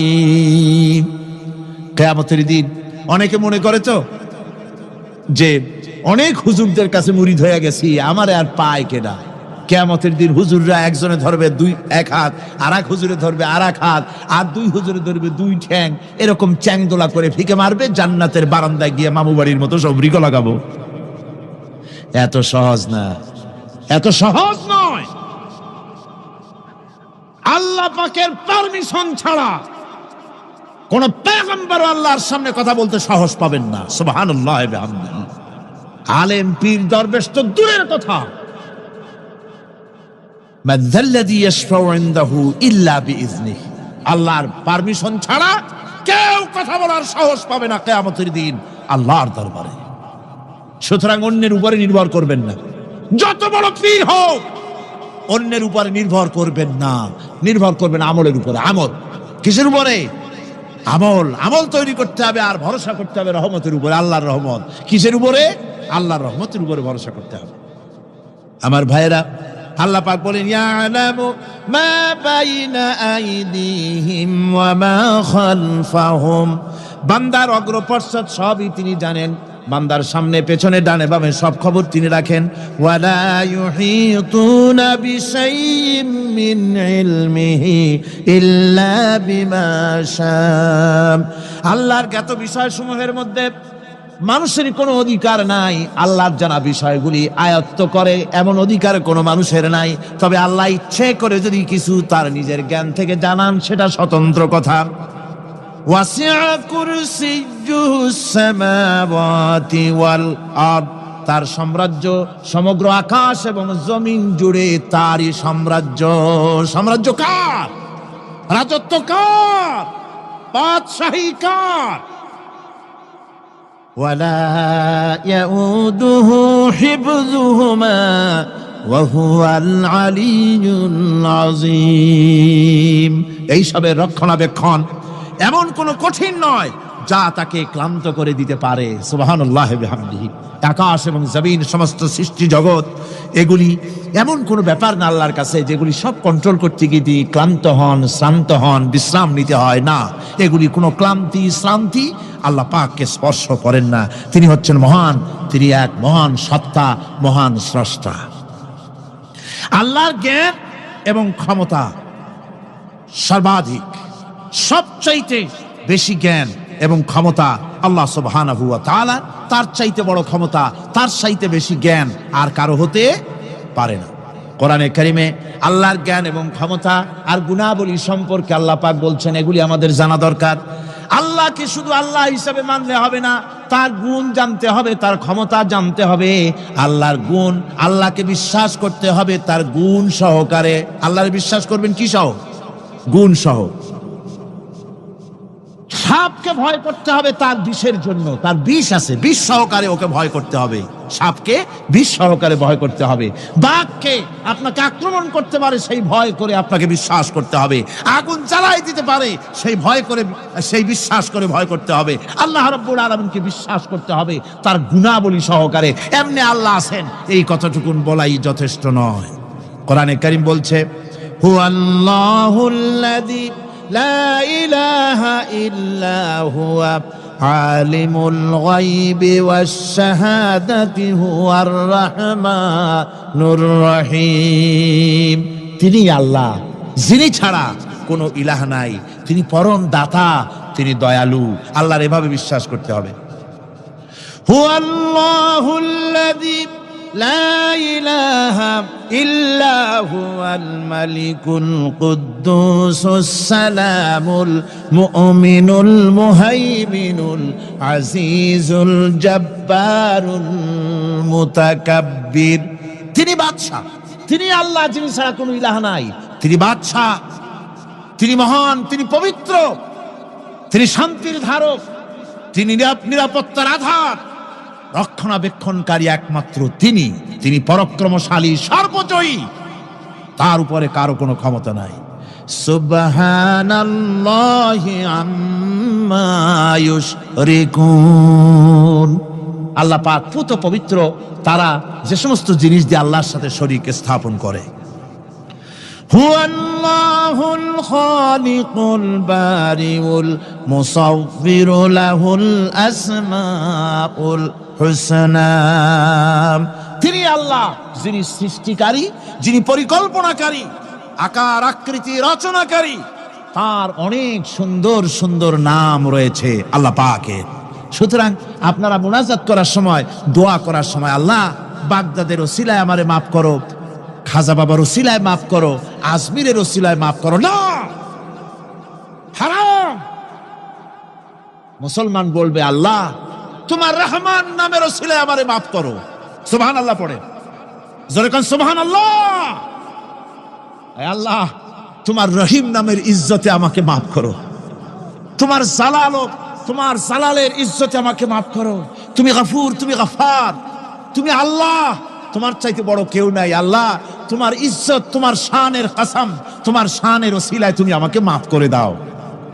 তোমার শান, তোমার বরকত, তোমার রহমান নামের বরকতে আল্লাহ আমি গরিব মানুষ, আমারে পয়সা দাও, আমি ঋণগ্রস্ত, আমাকে ঋণ মুক্ত করে দাও। এইভাবে আল্লাহ পাকের, আল্লাহ বলেছেন আমার আসমাউল হুসনা, আমার সুন্দর সুন্দর নাম আছে, ফাদউ বিহা, আমার নাম সুন্দর সুন্দর নাম দিয়ে আমারে ডাকো। সুবহানাল্লাহ। কার নাম ধরে ডাকবেন? কার নাম ধরে ডাকবেন? খবরদার ভুল করবেন না, খবরদার ভুল করবেন না। আল্লাহকে দিয়ে ডাকেন, আল্লাহর কাছে বলুন সব কথা। কাকে বলবেন? ইউসাব্বিহু লাহু মা ফিস সামাওয়াতি ওয়া মা ফিল ইউসাব্বিহু লাহু মা ফিস সামাওয়াতি ওয়াল আরদ ওয়া হুয়াল আজিজুল হাকীম। আসমান জমিনে যা কিছু আছে সব আল্লাহর পবিত্রতা ঘোষণা করছে, আল্লাহর তাসবিহ পড়ছে। তুমি শুধু গাফেল, তুমি আল্লাহরে ডাকো না। তোমার মরণ হয় গিয়ে কোথায় কবর আছে, মাজার আছে, ওই সব জায়গায় গিয়ে মরো আল্লাহরে থুইয়া। আজীব তামাশা, আজীব তামাশা। দুনিয়ার সব আল্লাহর জিকির করছে, আল্লাহর স্মরণ করছে, আল্লাহর তাসবিহ পড়ছে। জোরে কোন সুবহানাল্লাহ। আমার ভাইরা, আমরা কার কথা বলছি? মোহাব্বতের সাথে বলেন, কার কথা? আমার আল্লাহকে কেউ যদি অন্তরের অন্তঃস্থল থেকে একবার যদি ডাকে আল্লাহ, আমার ভাইরা, মনের ডাক আর মুখের ডাক একরকম। दिल से जो बात निकलती है असर रखती है पर नहीं मगर ताकते परवाज रखती है। অন্তর থেকে যে কথা বেরোয় সে কথা প্রভাব বিস্তার থাকে, ডানা নাই কিন্তু ওড়ার ক্ষমতা রাখে। অন্তর থেকে কথা বলা, মুখের কথা বলা আলাদা। কলিজার অন্তরের অন্তঃস্থল থেকে, হৃদয়ের কন্দর থেকে কেউ যদি একটা বার বলে আল্লাহ, কোন বান্দা যদি অন্তরের অন্তঃস্থল থেকে একবার যদি আল্লাহকে ডাকে আল্লাহ, আল্লাহ পাক 70 বার সাড়া দিয়া বলেন বান্দা কি চাও আমি হাজির, কি চাও আমি তোমার কাছে আছি। সুবহানাল্লাহ, সুবহানাল্লাহ। এই আল্লাহ রাব্বুল আলামিন কে মহব্বত করতে হবে। তাওহীদের তাকাজা, তাওহীদের মূল বক্তব্য হচ্ছে ভালোবাসতে হবে আল্লাহকে। কাকে ভালোবাসতে হবে? বউর চাইতে, মায়ের চাইতে, বাপের চাইতে, সন্তানের চাইতে, জীবনের চাইতে কাকে ভালোবাসতে হবে? আল্লাহ সুবহানাহু ওয়া তাআলা, তাকে ভালোবাসতে হবে। আল্লাহ রাব্বুল আলামিন বলেন ওয়া মিনান নাসি মান ইয়াত্তাখিযু মিন দুনিল্লাহি আনদাদান ইউহিব্বুনাহুম কাহুব্বিল্লাহ। আল্লাহর যারা আল্লাহ ছাড়া অপর শক্তিকে আল্লাহর প্রতিদ্বন্দ্বী মনে করে তারা আল্লাহকে ছেড়ে অন্যকে বেশি ভালোবাসে। আর ঈমানদাররা কি করে? ওয়াল্লাযীনা আমানু আশাদ্দু হুব্বান লিল্লাহ। যারা নাকি ঈমানদার তারা জীবনের সব চাইতে আল্লাহ রাব্বুল আলামিনকে বেশি ভালোবাসে, আল্লাহকে বেশি ভালোবাসে যারা নাকি ঈমানদার। সুতরাং আল্লাহকে বেশি ভালোবাসতে হবে, মুহাব্বত করতে হবে আল্লাহকে বেশি। আল্লাহ পাককে তাওহীদের মূল বক্তব্য আল্লাহকে বেশি ভালোবাসো। তাওহীদের মূল বক্তব্য হচ্ছে আল্লাহ পাককেই সেজদা করো। সেজদা কারে করবেন? কারে করবেন? আল্লাহ পাক বলেন ওয়া মিন আয়াতিহিল লাইলু ওয়ান নাহারু ওয়াশ-শামসু ওয়াল কমার। আল্লাহ পাকের অসংখ্য নিদর্শনাবলীর মধ্যে তার নিদর্শন হতেছে তিনি চাঁদ সৃষ্টি করেছেন, সূর্য সৃষ্টি করেছেন। লা তাসজুদু লিশ-শামসি ওয়ালাল কমার ওয়াসজুদু লিল্লাহিল্লাযী খালাকাহুন্না ইন কুনতুম ইয়্যাহু তা'বুদুন। চন্দ্রকে সিজদা করো না, সূর্যকে সিজদা করো না, যেহেতু চাঁদ আর সূর্যকে আমি আল্লাহ তৈরি করেছি। সিজদা কেবল মাত্র আমি আল্লাহ রাব্বুল আলামিনকে করবে, আর কারো সামনে নয়।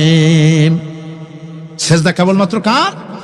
আমার দেশের লোকেরা বোঝে না, অনেক পীর সাহেবের সামনে গিয়াও কি করে, আবার কদমবুসিও করে। কদমবুসি করতে গিয়া সিজদার মতো হয়ে যায়, মাথা নিচু করে। যে ব্যক্তি কদমবুসি করতে গিয়া মাথা নিচু করলো আর সার করলো, সে যদি বাধা না দিল তাহলে সে কদমবুসি যে করলো আর বাধা যে দিল না, দুইজন কুফরির মধ্যে শামিল হয়ে গেল। সিজদা কাউকে করা যাবে না আল্লাহ ছাড়া। কাকে করতে হবে? একবার রাসূল করিম সাল্লাল্লাহু আলাইহি ওয়াসাল্লাম যাচ্ছিলেন পথ দিয়া, জঙ্গল থেকে একটা উট বেরিয়ে এসে হুজুরের পায়ের উপরে চুমা খাইলো, সিজদার মতোই করলো। সাহাবায়ে কিরাম বলেন ইয়া রাসূলুল্লাহ, জঙ্গলি উটের কি খুশকিসমত, হুজুরের পায়ের উপরে চুমা খাইলো, মাথা লাগালো। হুজুর যদি অনুমতি দিতেন আপনারে সিজদা দিয়ে আমরা ধন্য হতাম। নবীজি বলেন খবরদার, এই পৃথিবীর কোন মানুষ কোন মানুষকে সিজদা দিতে পারে না। আমি যদি কোন মানুষকে মানুষের জন্য সিজদা করা জায়েজ করতাম তাহলে দুনিয়ার সমস্ত নারীদের বলতাম স্বামীর সামনে সিজদা দিতে। সিজদা হবে কেবলমাত্র কার? আর কারো হতে পারে না। সুতরাং আল্লাহ কি সিজদা দিতে হবে? তাওহীদের মূল বক্তব্য আল্লাহকে ভালোবাসো, আল্লাহরে সিজদা দাও, আর নামাজ প্রতিষ্ঠা করো। কি করো? ওয়া নাখতারতুকা ফাসতামি' লিমা ইউহা। আমি তোমাকে নবী হিসাবে বেছে নিয়েছি, সুতরাং কান পেতে কান লাগায়া ওহীর কথাগুলা শোনো। কি কথা? ইন্নানি আনাল্লাহ লা ইলাহা ইল্লা আনা। ওহীর কথাগুলি কান পেতে শোনো, নিশ্চয়ই আমি আল্লাহ, আমি ছাড়া কোনো ইলাহ নাই। ফা'বুদনি ওয়া আকিমিস সালাতা লিযিকরি। অতএব আমার গোলামি করো, আমার দাসত্ব করো, আমার আনুগত্য করো, আর আমার শরণার্থে নামাজ কায়েম করো, নামাজ প্রতিষ্ঠা করো। মুসলমানদের জীবনে সর্বশ্রেষ্ঠ ইবাদত কোনটি? চিল্লায় কোন কোনটি? আহা, এই নামাজ সর্বশ্রেষ্ঠ ইবাদত যে নামাজ, সেই নামাজ আমার দেশের মুসলমানেরা ট্রেনে দেখবেন, ট্রেনে যখন যান দেখবেন নামাজের রক্ত হলে কয়টা মুসলমানের নামাজ পড়ে। লঞ্চে যান, স্টিমারে যান, দেখবেন কয়জনে নামাজ পড়ে। বাজার ঘাটে যান, দেখবেন কয়জনে নামাজ পড়ে। নামাজ নাই, নামাজ নাই। লা দীনা লিমান লা সালাতা লাহু, যে ব্যক্তি নামাজ পড়ে না তার কাছে ধর্ম নাই, ঈমান নাই, কিচ্ছু নাই। যে ব্যক্তি ইচ্ছে করে, মান তারাকা সালাতান মুতাআম্মিদান ফাকাদ কাফারা, যে ব্যক্তি ইচ্ছে করে নামাজ ছেড়ে দিল সে কাফের হয়ে গেল। যারা বলেন কি হয়ে গেল? সে কুফরি করল। আল্লাহর নবী বলেছেন, যে ব্যক্তি ইচ্ছে করে নামাজ ছেড়ে দেয়, আল্লাহ রাব্বুল আলামিন আর তার রাসূলের সাথে তার সমস্ত সম্পর্ক ছিন্ন হয়ে যায়, কোনো সম্পর্ক আর থাকে না। এই নামাজ, নামাজ রাসূল কারীম ইন্তেকালের সময় শেষ কথা বলেছেন, স্ত্রীর কথা না, মেয়ের কথা না, আত্মীয়দের কথা না, জীবনের শেষ কথা সালাত, আসসালাতু মা মালাকাত আইমানুকুম, নামাজ, নামাজ। আমার বন্ধুগণ, জীবনের শেষ নামাজটি আল্লাহর নবী মসজিদে নববীতে যেতে পারেন নাই, যেতে পারছেন না, হাঁটতে পারেন না। দুইজন সাহাবীর কাঁধের উপরে ভর করে কষ্ট করে তিনি পৌঁছেছেন। বক্তব্য রাখলেন, ও আমার সাহাবীরা, আল্লাহ রাব্বুল আলামিন এই জমিনে তার এক বান্দাকে জাগতিক সব সম্পদ দিয়েছিলেন। সেই বান্দা জাগতিক সমস্ত সম্পদকে উপেক্ষা করে এক আল্লাহর সঙ্গে দেখা করার জন্য প্রস্তুতি নিয়েছেন। কথার অর্থ কেউ কিছু বুঝতো না। হযরত আবু বকর রাদিয়াল্লাহু তাআলা আনহু কাঁদতে কাঁদতে বেখতার হয়ে যাচ্ছেন, কাঁদতে কাঁদতে পাগলের মতো হয়ে যাচ্ছেন। সাহাবীরা মনে চিন্তা করলেন, আবু বকর বুড়ো মানুষ, এত কাঁদে কেন? হুজুর কার না কার কথা বললেন? জ্ঞান বৃদ্ধ, বয়োবৃদ্ধ হযরত আবু বকর বুঝতে পেরেছেন তামাম পৃথিবীর জাগতিক সম্পদ আল্লাহ দিতে চেয়েছেন তার হাবিবকে। তার হাবিব সমস্ত সম্পদকে উপেক্ষা করে মাওলার সঙ্গে দিদার করার জন্য প্রস্তুতি নিয়েছেন। তার মানে হলো অনতি বিলম্বে আমরা সাহাবীরা রাসূলের থেকে জনমের মতো এতিম হয়ে যাব। হুজুর বললেন, আজ থেকে মসজিদে নববীর সমস্ত দরজাগুলি বন্ধ হয়ে যাবে, শুধু আবু বকরের দরজাটা খোলা থাকবে। হযরত আবু বকরের কে দায়িত্ব দিয়ে রাসূল পাক হুজরা শরীফে চলে গেলেন। পরবর্তী নামাজের রক্তে এশা রক্ত হয়ে গিয়েছে। সাহাবীরা অনেকক্ষণ অপেক্ষা করে হযরতে আবু বকর রাদিয়াল্লাহু তাআলা আনহুকে ইমামতির জায়গায় দিয়ে দিলেন। তিনি নামাজ শুরু করলেন, পিছনে সাহাবারা কান্দা শুরু করে দিলেন। তাদের মনের ধারণা হলো আল্লাহর নবীর পিছনে নামাজ পড়া জীবনে আমাদের আর কিসমতে হবে না। সাহাবীরা কাঁদতেছেন, আল্লাহর নবী জ্বরে একবার বেহুশ হয়ে পড়েন, আবার একবার হুশে আসেন। নবীজি হুশে এসে হযরত আয়েশাকে জিজ্ঞেস করেন, আয়েশা রে, এখন কোন সময়? হযরত আয়েশা বলেন, হুজুর নামাজের রক্ত হয়ে গেছে, সাহাবায়ে কিরাম আপনার অপেক্ষা করে জামাত শুরু করে দিয়েছেন। হুজুর বলেন, দরজাটা খুলে দাও, আমি একটু দৃশ্যটা দেখি। দরজা খুলে দেওয়া হলো। হযরত আয়েশার কাঁধের উপরে ভর করে হুজুর মাথা উঁচু করে মসজিদে নববী নামাজের দৃশ্য দেখে কিছুক্ষণ তাকায় থেকে শুয়ে পড়লেন। হুজুরের দুই চোখ দিয়ে পানি বেয়ে পড়তে লাগলো। হযরত আয়েশা বলেন, হুজুর নামাজের দৃশ্য দেখে কাঁদেন কেন? আল্লাহর নবী বলেন, আয়েশা রে, এটা কোনো দুঃখের বাণী নয়, আমার চোখে পানি এসেছে বড় তৃপ্তির বাণী। আজকে নামাজের যে জামাতের দৃশ্য দেখলাম, এই জামাতকে কায়েম করার জন্য তায়েফের ময়দানে আমার রক্ত দিয়ে তায়েফের ময়দান রঞ্জিত হয়েছে, ওহদের ময়দানে আমার দামদান মোরা শহীদ হয়েছে, সাহাবায়ে কিরাম জীবন দিয়েছেন। এই কষ্টের বিনিময়ে আজ জামাত কায়েম হয়ে গিয়েছে। এই দৃশ্য দেখে আমার মনে পড়ল, কিয়ামত পর্যন্ত আমার যত উম্মত পৃথিবীতে আসবে এইভাবে করে তারা জামাত বন্দী হয়ে নামাজ আদায় করবে। আমার ভাইরা, নামাজ হচ্ছে মুসলমানদের জীবনের শ্রেষ্ঠ ইবাদত। সেই নামাজ মুসলমানদের কাছে নাই, নামাজকে ফালতু কাজ বলে মনে করে। আমার বন্ধুগণ, নামাজ পড়বেন, নামাজ পড়বেন, নামাজ ছেড়ে দিবেন না। বলেন তো শয়তান আল্লাহর কয়টা হুকুম ভেঙেছিল? ইবলিস কয়টা হুকুম ভেঙেছে? একটা হুকুম ভাঙ্গা ইবলিস হইছে কি? শয়তান। জোরে কোন কি হইছে? শয়তান হয়ে গেল। একটা মানুষ যদি 24 ঘন্টার ভিতরে 5 ওয়াক্ত নামাজ ছেড়ে দেয়, 5 ওয়াক্ত নামাজের ভিতরে 17টা হুকুম আছে। আল্লাহর কয়টা হুকুম? একটা হুকুম ভাঙার কারণে ইবলিস হয়ে গেল শয়তান। আর 24 ঘন্টার ভিতরে 17টা হুকুম আল্লাহর যারা বরবাদ করে তারা তো শয়তানের বাবা হয়ে যায়। শয়তান দূর থেকে সেলুট মারে যে, বাবা তুমি শুধু বাপ না, আমার ওস্তাদও। একটা হুকুম ভঙ্গ করে আমার এই দশা হইছে, আর তুমি 24 ঘন্টা আল্লাহর 17টা করে হুকুম ভাঙ্গো। তুমি তো শয়তান না, শয়তানের চাইতেও বেকায়দা। জোরে কর নাউযুবিল্লাহ। নামাজের মধ্যে সেজদা দিবেন, মজা পাবেন। নামাজ মেশিনের মতো পড়বেন না, নামাজ পড়বেন মুহাব্বতের সাথে। আল্লাহর সামনে দাঁড়িয়েছেন, কার সামনে? মেশিনের মতো পড়বেন না, দায় সারা গোছের পড়বেন। আল্লাহর নবী বলেন, নামাজের ভিতরে যখন সেজদায় যাবে, সেজদা যখন দিবে, তখন মনে করবে তুমি যেন তোমার কপালকে আল্লাহ রাব্বুল আলামিনের কদম মোবারকের উপরে ছেড়ে দিয়েছো। নামাজ ছেড়ে দিবেন না। 5 ওয়াক্ত নামাজ আমার যুবক ভাইয়েরা, সর্বশ্রেণীর মুসলমান ভাইয়েরা 5 ওয়াক্ত নামাজ বা জামাত আদায় করবেন। রাজি আছেন? রাজি আছেন? কারা কারা রাজি দেখতে চাই? আলহামদুলিল্লাহ, হাত নামান।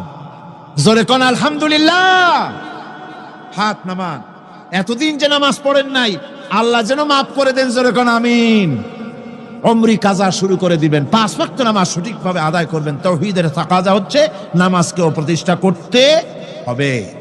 তারপরে আল্লাহর আনুগত্যশীল হতে হবে। এগুলি হচ্ছে তাওহীদের তাকাজা, তাওহীদের কথা। আল্লাহ পাকের প্রতি এই মহব্বত নিয়ে আল্লাহর নামাজ, আল্লাহর রোজা ইত্যাদি সঠিকভাবে জীবনের সকল ক্ষেত্রে করতে হবে। আর সাহায্য চাইতে হবে কেবলমাত্র আল্লাহর কাছে। সাহায্যটা কার কাছে চাইবেন কোন তো? একটু মহব্বতের সাথে কোন। যদি কিছু দরকার হয় কার কাছে চাইবেন? আল্লাহ পাক বলছেন, নামাজে প্রত্যেক নামাজের ভিতরে আমরা বলি ইয়্যাকা না'বুদু ওয়া ইয়্যাকা নাস্তাঈন। পড়েন সবাই, ইয়্যাকা না'বুদু ওয়া ইয়্যাকা নাস্তাঈন। আল্লাহ, আমরা একমাত্র তোমার গোলাম। একমাত্র কার গোলাম? তোমার গোলাম। সাহায্য কার কাছে চাই? তুমি আল্লাহ, তোমার কাছেই সাহায্য চাই। প্রত্যেক নামাজে, প্রত্যেক রাকাতে সূরা ফাতিহার কথা আমরা বলি। আমার বন্ধুগণ, নামাজের মধ্যে কথা বলা সত্ত্বেও আমরা নামাজের ভিতরে আল্লাহ রাব্বুল আলামিনের কাছে সাহায্য চাই বলে কিন্তু সাহায্যটা আল্লাহর কাছে চাই না। যখন ছেলে হয় না, বিবাহ করেছে, 10 বছর হয়ে গেছে, সন্তান হয় না, খাজা বাবার কবরের কাছে গিয়া বলে, খাজা বাবা ছেলে নাই, একটা ছেলে দাও। জোরে কোন নাউযুবিল্লাহ। আছে না এমন? বাজে বস্তান নাকি আছে না? বাইজিদ বস্তান, আস্তানা। সেখানে যে গাছের সাথে ইট বাঁধতে হয়, ইট যেমন ভার হবে, মেয়ে লোকের পেটের মধ্যে এরকম বাচ্চায় ভার হবে। নাউযুবিল্লাহ। কি আকীদা, কি খারাফাত! আস্তাগফিরুল্লাহুল আযীম। কোন মুসলমানের করা উচিত না ভাই, কোন মুসলমানের এমনটি কাজ করা উচিত না। আস্তানার কচ্ছপের সাথে আর গাছের দড়ি বাঁধার সাথে সন্তান গ্রহণের কি সম্পর্ক?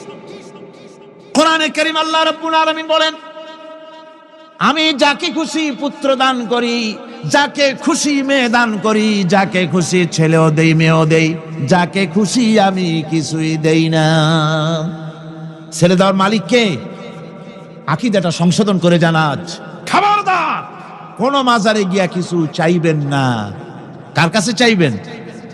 ওই দেখুন আল্লাহ পাক বলেন, ফাইযা ফারাগতা ফানসাব ওয়া ইলা রাব্বিকা ফারগাব।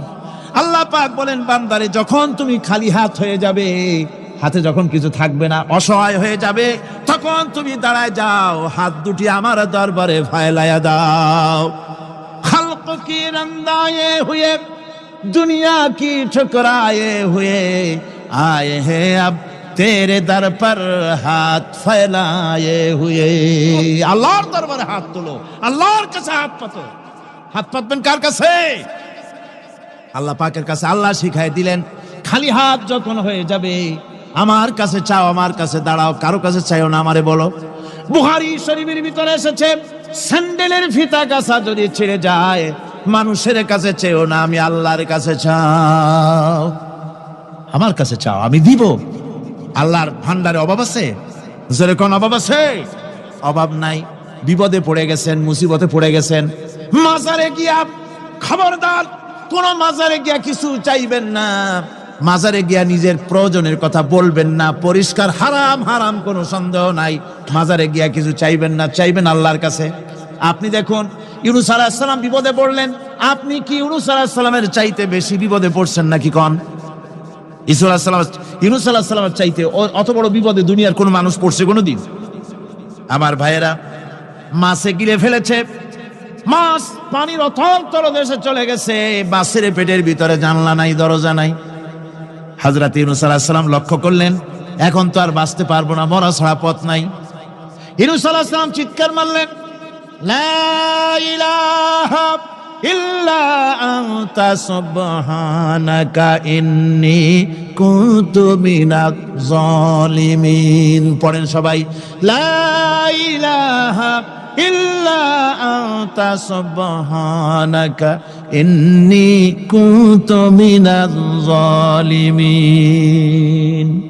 লা ইলাহা ইল্লা আনতা, আল্লাহ তুমি ছাড়া কেউ নাই, তুমি ছাড়া কেউ নাই, কোনো ইলাহ নাই, মাবুদ নাই।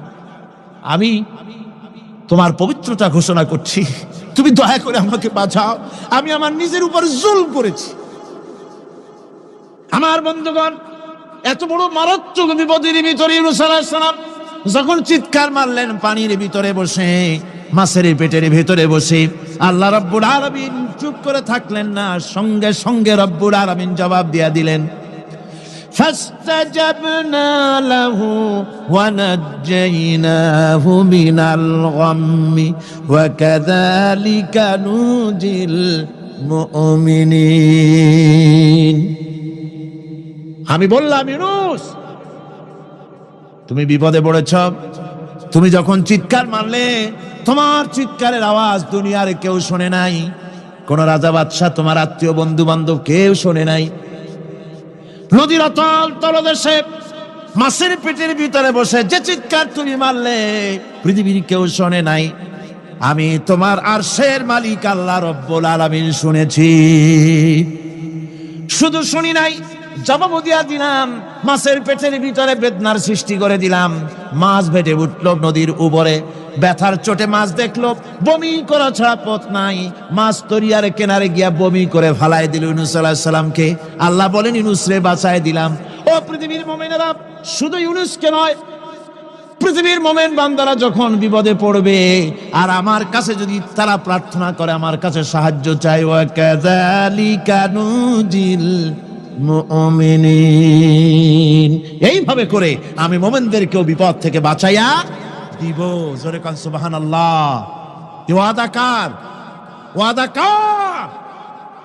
সুতরাং মাসারে নয়, মসজিদে গিয়া কানবেন। কোথায় গিয়া কানবেন? কোথায়? মসজিদে গিয়া কানবেন।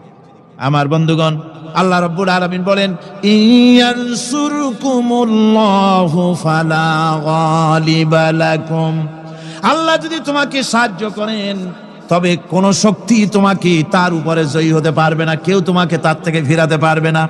আর যদি আল্লাহ তোমাকে জিল্লতি দেন, যদি তোমাকে আল্লাহ পাক লাঞ্ছিত করেন, তোমাকে কেউ সম্মান দিতে পারবে না। দেখুন, ইব্রাহিম আলাইহিস সালামকে নমরুদ আগুনের মধ্যে ফালাই দিবে, জিবরাইল বলছেন, ইব্রাহিম আমার কাছে সাহায্য চাও, আমি তোমার বাঁচাই দেব, আগুনটারে নিভাই দিব। কত বড় কথা, আমি বাঁচাই দেব, আমার কাছে বলো না। ইব্রাহিম আলাইহিস সালাম জিবরাইলের কাছে সাহায্য চাইছে, কোন চেয়েছেন? হযরত ইব্রাহিম বলেন, জিবরাইল সাহায্য তোমার কাছে আমি কেন চাইবো? তোমার কাছে সাহায্য চাওয়ার প্রশ্ন ওঠে না, কারণ আমি এমন কোন অন্ধ আল্লাহর ইবাদত করি না যে আল্লাহ তার গোলামের দুঃখ নিজের চোখে না দেখেন। আমি আগুনে পড়ে গেলে, আগুনে জ্বললে পরে আমার আল্লাহ যদি খুশি হন, তাহলে এরকম আগুনে 1000 বার পুড়ে জীবন দিতে আমি ইব্রাহিম রাজি আছি। ইব্রাহিম আলাইহিস সালাম আগুনে পড়ে গেলেন, আল্লাহ পাক দেখলেন ইব্রাহিম পাস করছে, কোন ডিভিশন? ফার্স্ট ক্লাস, ফার্স্ট হয়ে গেছে। আগুনের ভিতরে পড়ে গেলেন, আল্লাহ পাক সঙ্গে সঙ্গে আগুনের প্রতি নোটিশ করে দিলেন, ইয়া নারু কুনি বারদাও ওয়া সালামান আলা ইব্রাহিম, আগুন আমার ইব্রাহিমের জন্য শান্তিদায়ক, ঠান্ডা হয়ে যা। সুবহানাল্লাহি ওয়া বিহামদিহি। এই জন্য আল্লাহ রাসূল বলেছেন, ইযা সালতা ফাসআলিল্লাহ, যদি কিছু চাও কার কাছে চাইবা? কে শেখাচ্ছেন? রাসূল। আল্লাহ রাসূল বলছেন, ইজা সালতা ফাসআলিল্লাহ, যদি কিছু চাও আল্লাহর কাছে চাও, ওয়া ইজা স্তানতা ফাস্তাইন বিল্লাহ, আর যদি কিছু চাইতে চাও, সাহায্য চাইবা আল্লাহর কাছে। কার কাছে? কোন মাজারে চাইবেন? কোন মাজারে চাইবেন? কোন কবরস্থানে চাইবেন? কারা কারা চাইবেন না হাত উঁচু করে দেখান। ভাইরা, এতক্ষণ আমি যা বললাম, আর রহমান আল্লামাল কোরআন, আল্লাহ আমাদের কোরআন শিখাইছেন, দয়াবান মেহেরবান, তিনি আমাদের কোরআন শিখাইছেন। কোরআন আমাদেরকে তৌহিদ শিখাইছে। কি শিখাইছে? এতক্ষণ তাওহীদের কথা বললাম, এবার শিরকের কথা শুনতে হবে। তাওহীদ বোঝা যাবে না শিরক না জানলে, শিরক বোঝা যাবে না তাওহীদ না জানলে। দিন বোঝা যায় না রাত না বুঝলে, রাত বোঝা যায় না দিন না হলে, টক বোঝা যায় না মিষ্টি না হলে, মিষ্টি বোঝা যায় না টক বা তিতা না হলে। কথা বুঝতে পেরেছেন? একটার বিপরীত আরেকটা, এটাকে বুঝতে হবে। সুতরাং শিরক এটা হচ্ছে আন্দাজ আর অনুমানের উপর। শিরকের ভিত্তি আন্দাজ আর অনুমান। শিরকের ভিত্তি কি? এ কথাগুলি আমার না, আমি কার কথা শোনাতেছি? আমি কি কিসসা কাহিনী শোনাচ্ছি? গাঁজাখুরি গল্প? আল্লাহর কথা। আমার আল্লাহ পাক বলছেন, আলা ইন্না লিল্লাহি মান ফিস সামাওয়াতি ওয়া মান ফিল আরদ, জেনে রাখো আসমানের বাসিন্দা হোক আর জমিনের বাসিন্দা হোক, সব হতেছে আল্লাহর মালিকানাধীন। কার মালিকানাধীন? وما يتبع الذين يدعون من دون الله شركاء, যারা আল্লাহকে ছাড়া মন গড়া শরীকদারকে ডাকে, আল্লাহরে বাদ দিয়া অন্য শরীকদের যারা ডাকে, তারা এইটা ডাকে কিভাবে? ইয়াত্তাবিউনা ইল্লা যন্না ওয়া ইনহুম ইল্লা ইয়াখরুসুন, তারা নিছক আন্দাজ এবং অনুমানের অনুসারী, আর শুধু কল্পনাই করে। সব কল্পনা, কোনো দলিল নাই। মাজারে গিয়া কিছু চাওয়া, এর কি কোনো দলিল আছে? রাসূলুল্লাহ এরকম করেছেন, সাহাবায়ে কেরাম এরকম করেছেন? আগরবাতি দেওয়া, মোমবাতি দেওয়া, চাদর দেওয়া, এগুলো রাসূলুল্লাহ করেছেন না সাহাবায়ে কেরাম করেছেন? এগুলি সব আন্দাজ এবং অনুমানের উপরে করা। শিরক হচ্ছে অন্ধ অনুকরণের পরিণতি। ওই দেখছি মা বাপ করেছে, মুরব্বীরা করেছে, তাই করে। আল্লাহ পাক বলছেন, যদি তাদের জিজ্ঞেস করে সব কাজ করো কেন তারা? রব্বুল আলামিন বলেন, হাউলাই মা ইয়াবুদুনা ইল্লা কামা ইয়াবুদু আবাউহুম মিন ক্বাবল, হে নবী, এরা সেই মিথ্যা খোদাদের ইবাদত করে। কেন করে? প্রশ্ন করা হলে তারা এই জন্যই করে যে তাদের বাপ দাদারে করতে দেখেছে, তাই বাপ দাদাদের অনুসরণ তারা করে, অনুকরণ করে, আন্দাজের উপরে, অনুমানের উপরে। তাদের কাছে কোনো দলিল নাই।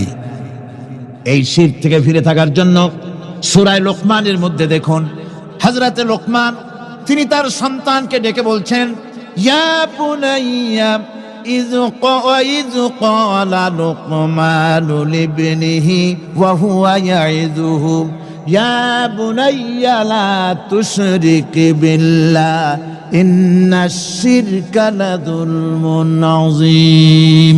ইয়া বুনাইয়া, হে আমার নান্না মুন্না লাডলা, হে আমার কলিজার টুকরা সন্তান, ইয়া বুনাইয়া লা তুশরিক বিল্লাহ, খবরদার আল্লাহর সাথে শরীক স্থাপন করো না। ইন্নাশ শিরকা লাযুলমুন আযীম, শিরক হচ্ছে মস্ত বড় অপরাধ। যারা শিরক করে তারা অপমানিত্বের শেষ পর্যায়ে চলে যায়, তারা অপমানিত হয়। কিরকম?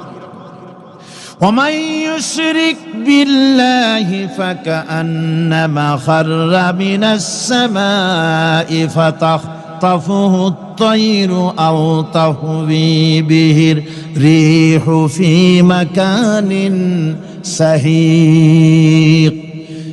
আল্লাহর সাথে যারা শিরক করে সেজন্য আকাশ থেকে পড়ে গেল। কার কথা এটা?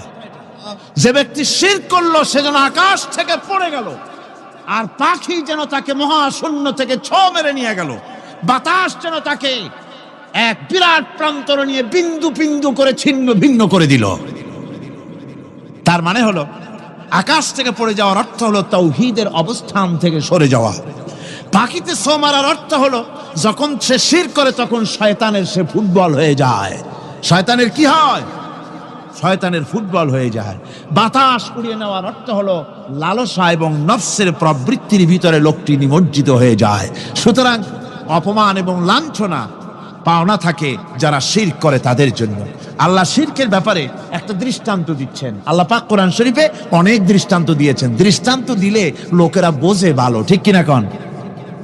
আল্লাহ পাক দৃষ্টান্ত দিচ্ছেন, ইয়া আইয়ুহান নাসু দুরিবা মাসালুন ফাসতাবিউ লাহু ইন্নাল্লাযীনা তাদউনা মিন দুনিল্লাহি লা ইয়াখলুকু যুবাবান ওয়ালাউ ইসতামাউ লাহু।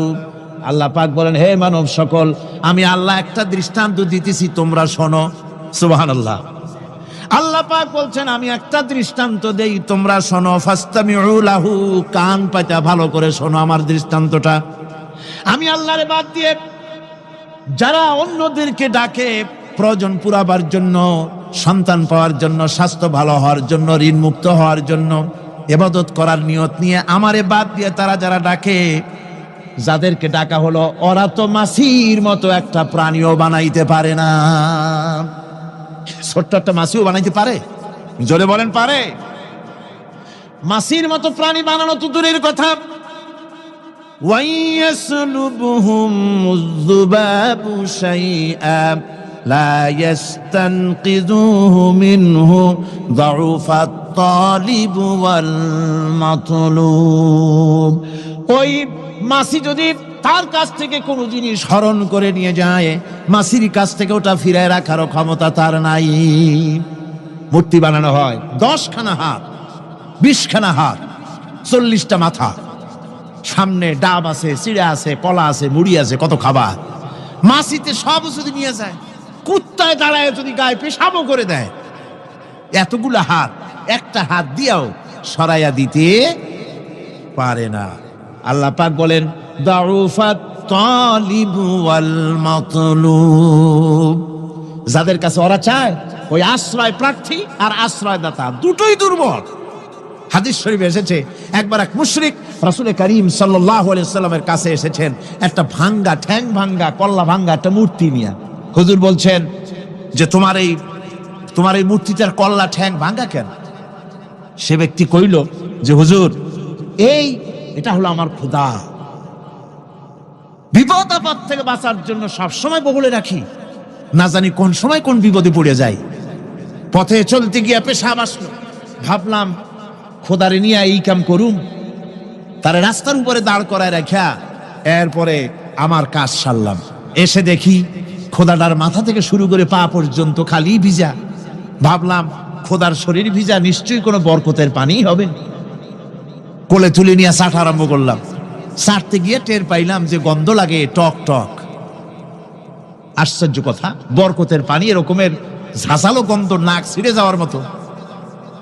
বিষয়টা কি? কিসের বরকত? এদিক ওদিক তাকায় দেখি দূরে একটা কুত্তা দাঁড়ানো, আর তার নিচের থেকে পানি টপকাচ্ছে। তখন বুঝলাম কি বরকতের পানি। কয় হুজুর, মেজাজটা খারাপ হয়ে গেল। খোদাটা ঠ্যাং না ধরিয়া, ঠ্যাং ধরে বললাম, তুই খোদা না হুদা? কুত্তার পেশাব দিয়া নিজেরে বাঁচাইতে পারো না, আমারে বাঁচাবি কেমনে? কাসার দিয়া কল্লা ভাঙ্গে ভালাইছে। হুজুর জিজ্ঞেস করলেন, আমার কাছে কেন এসেছ? মুশরিক ব্যক্তি বলছি, ইয়া রাসূলুল্লাহ, জীবনের ভুল বুঝতে পেরেছি, আমি এখন তাওহীদের শরবত পান করতে এসেছি। নবীজি বললেন, পড়ো লা ইলাহা ইল্লাল্লাহু মুহাম্মাদুর রাসূলুল্লাহ। আল্লাহ পাক কি সুন্দর করে বুঝাচ্ছেন, আমি ছাড়া কারো কোনো ক্ষমতা নাই। আল্লাহুল্লাযী খালাকাকুম সুম্মা রাযাকাকুম সুম্মা ইউমীতুকুম সুম্মা ইউহয়ীকুম। আল্লাহ বলছেন, ও বান্দারা শোনো, আমি আল্লাহ তোমাদেরকে সৃষ্টি করেছি, শুধু সৃষ্টি করি নাই, খাবার দিছি। কে দিয়েছেন খাবার? সৃষ্টি করেছি, খাবার দিয়েছি, এরপরে তোমাদের মৃত্যু করব, আবার মৃত্যুর উপরে আমি আল্লাহ তোমাদের জিন্দা করব। হাল মিন শুরাকাইকুম মান ইয়াফআলু মিন যালিকুম মিন শাই। তোমরা তাদের পূজা করো, তোমরা তাদের ইবাদত করো, আমি আল্লাহ ছাড়া আমি যে সব কাজ করি, এই সব কাজ তোমাদের ওই সব দেবদেবতীরা করতে পারে? আল্লাহ বলেন পারে না। সুবহানাহু ওয়া তাআলা আম্মা ইউশরিকুন, তিনি পবিত্র, পবিত্র পবিত্র। তারা যে সমস্ত কথা বলে আর আল্লাহর সাথে যে সমস্ত জিনিস দিয়ে শরীক স্থাপন করে তার থেকে আল্লাহ মহান পবিত্র। আল্লাহ পাক বলেন দেখো আমার কত ক্ষমতা, চিন্তা করো।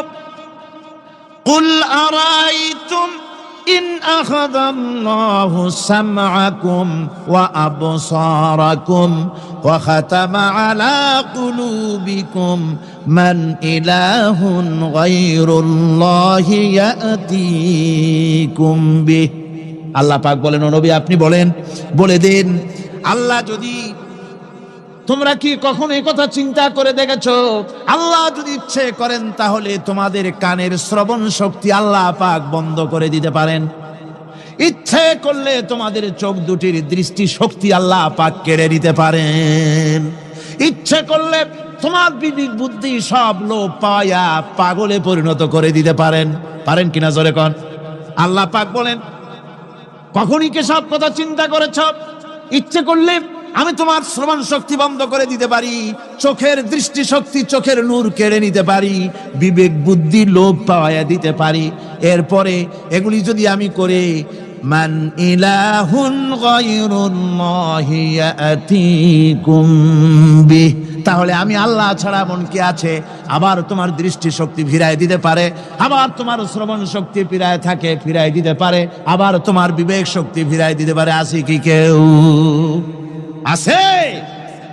আল্লাহ পাক বলেন নবী আপনি বলেন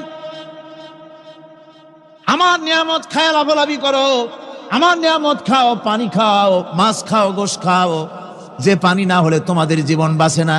কুল আরাআইতুম ইন আসবাহা মাউকুম গাওরান ফাবাইয়াতিকুম বিমাইম মাইন।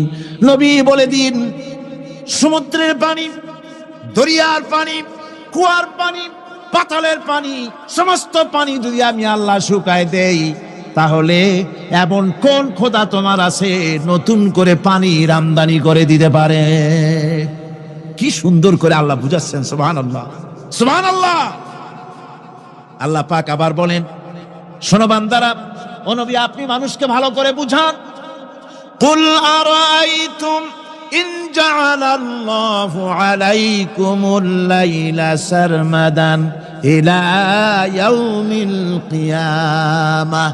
ও নবী ভালো করে বুঝান, আমি যদি এই রাত্রটাকে টেনে কিয়ামত পর্যন্ত লম্বা করে দেই, এই রাত যদি আর সকাল না হয়, মান ইলাহুন গায়রুল্লাহি ইয়াতিকুম বিদিয়া, আমি আল্লাহ ছাড়া কে আছে এই রাতের অন্ধকার দূর করে দিয়ে সূর্যের আলো এনে দিতে পারে?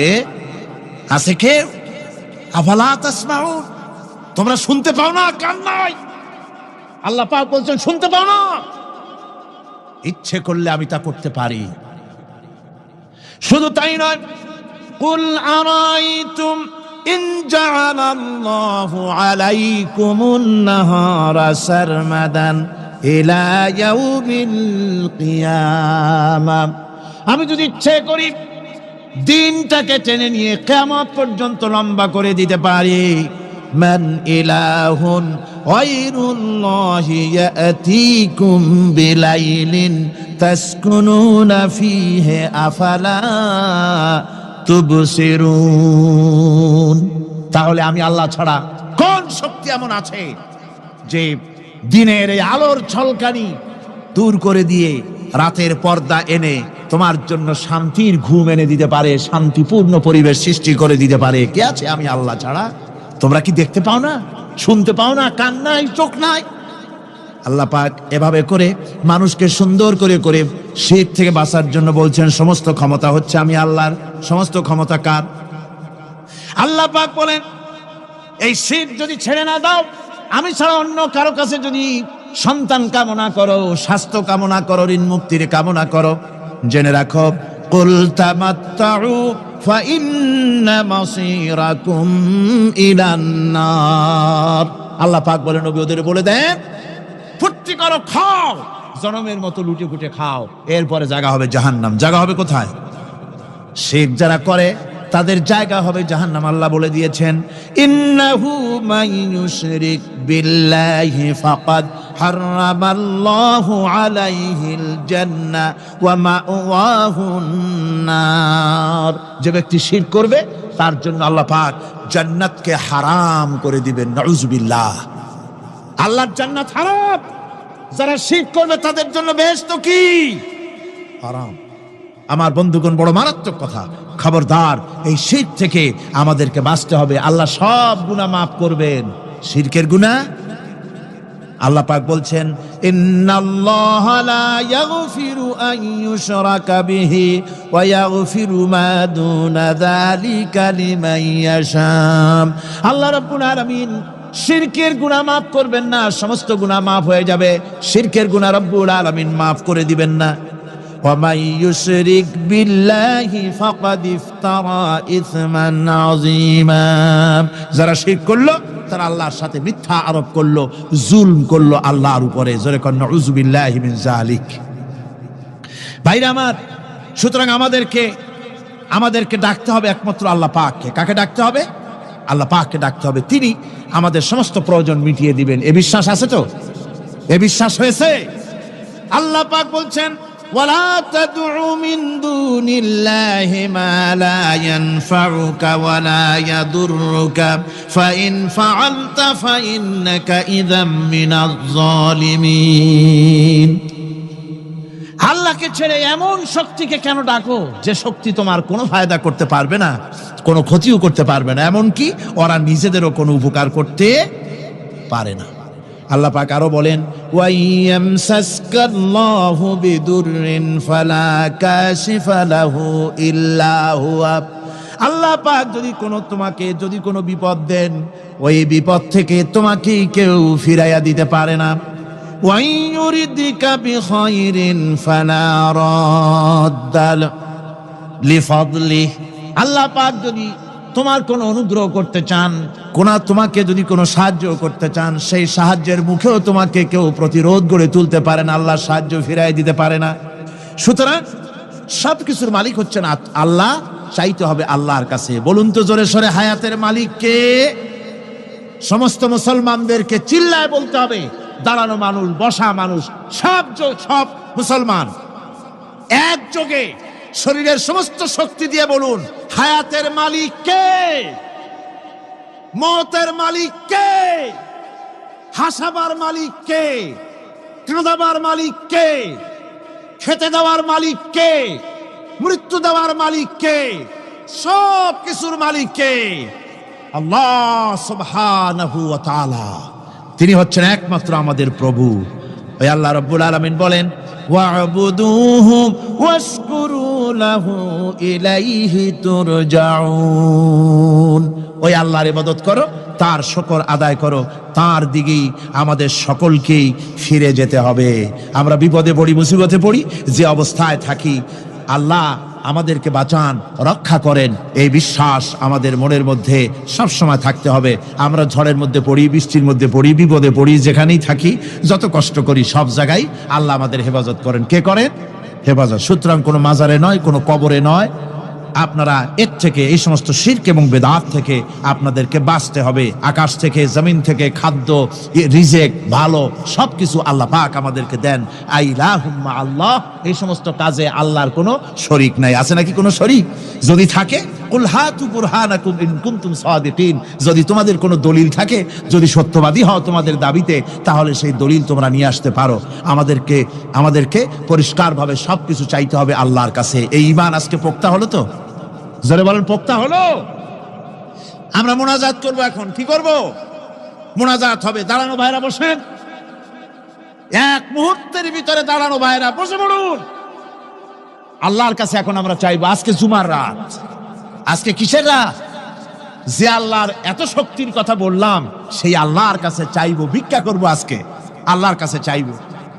আল্লাহর কাছে চাওয়া থেকে যারা মাহরুম হয়, তাদের অবস্থা যে কত করুণ।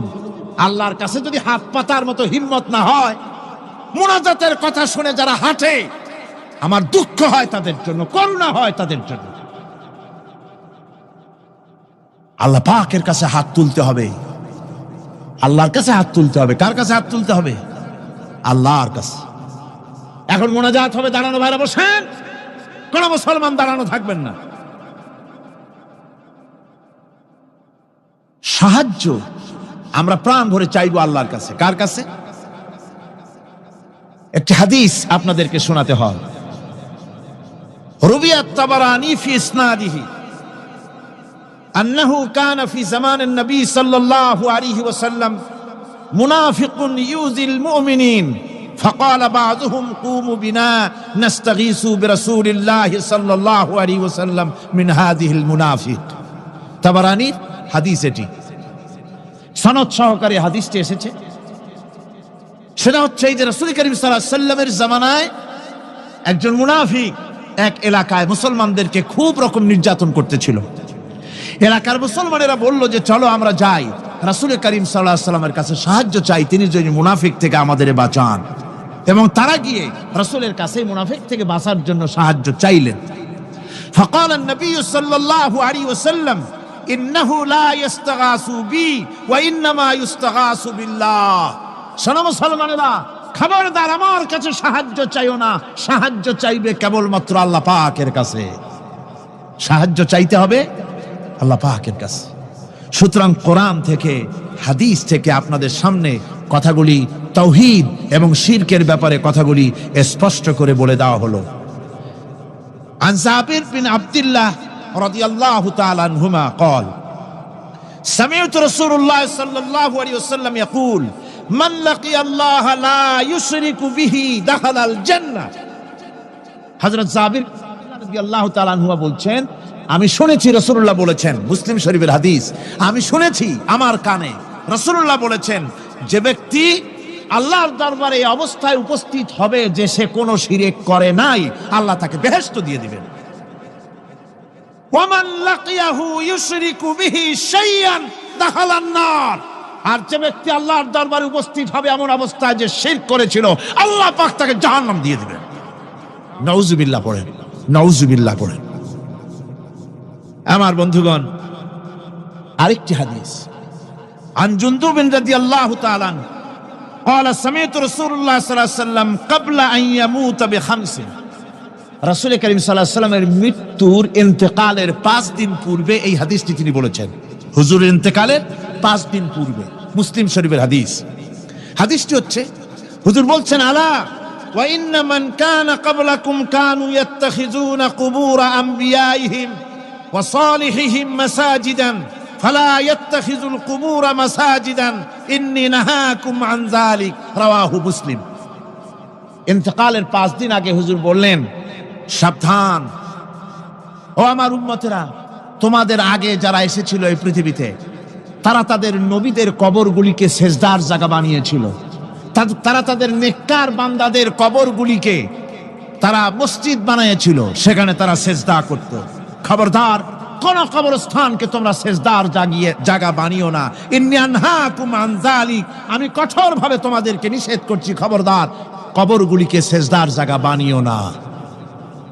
রাসূলুল্লাহ আরো বলেছেন, কবর জিয়ারত করতে যে সমস্ত মহিলারা যায়, আমাদের দেশে পুরুষও যায়, মেয়ে লোকও যায়।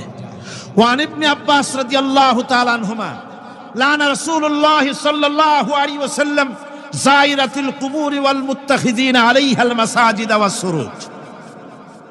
রাসূল করিম সাল্লাল্লাহু আলাইহি ওয়াসাল্লাম বলেছেন, ইবনে আব্বাস রাদিয়াল্লাহু তাআলা আনহুমা থেকে এই হাদিস বর্ণিত। তিনি বলেছেন, হুজুর বলেছেন যে খবরদার, যে সমস্ত মহিলারা কবর জিয়ারতে যায়, কবরের স্থানে যারা যায়, তাদের উপরে আল্লাহ রাসূল লানত করেছেন। আল্লাহ রাসূল তাদের উপরে অভিসম্পাত দিয়েছেন যে সমস্ত মহিলা কবর স্থানে যায় আর কবরে বাতি জ্বালায়, কবরে বাতি জ্বালায়, বাতি যারা কবরে জ্বালায়, চিরাগ জ্বালায়, আল্লাহ রাসূল তাদের উপরে লানত করেছেন। সুতরাং কবরে আগরবাতি দেওয়া, মোমবাতি দেওয়া, চাদর দেওয়া, এগুলি মুসলমানদের কাজ নয়, এগুলি মুসলমানদের কাজ। আপনারা খবরদার এগুলি করবেন না। সাহায্য করবেন, টাকা দিবেন, পয়সা দিবেন, সব গরিবদের দেবেন, এতিমদের দেবেন, মাদ্রাসা দিবেন, লিল্লা বডিকে দিবেন, মসজিদে দিবেন, গরিব মানুষকে দিবেন, এতিমদেরকে দিবেন, বিধবাদেরকে দিবেন, মুসলমানকে দিবেন। রাজি আছেন?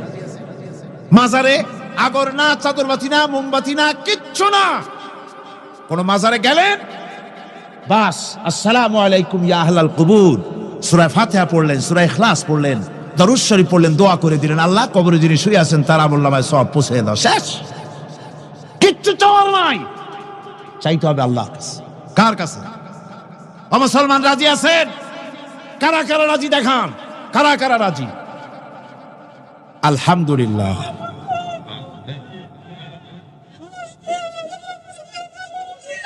আমার বন্ধুগণ, সুতরাং আর রহমান আল্লামাল কোরআন, আল্লাহ রাব্বুল আলামিন তিনি আমাদেরকে কোরআন শিক্ষা দিয়েছেন।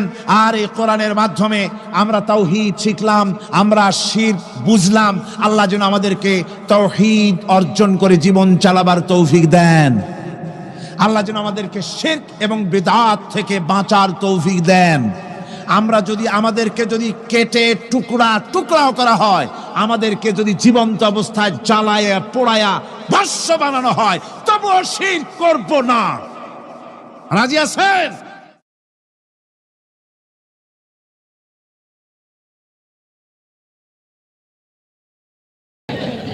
টান দিয়ে নিয়ে চলে গেছে 3 আলি পরিমাণ।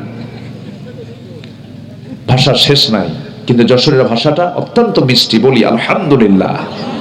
রিকশাওয়ালা কথা বলে, মনে হয় প্রফেসর কথা বলে। আলহামদুলিল্লাহ বলেন।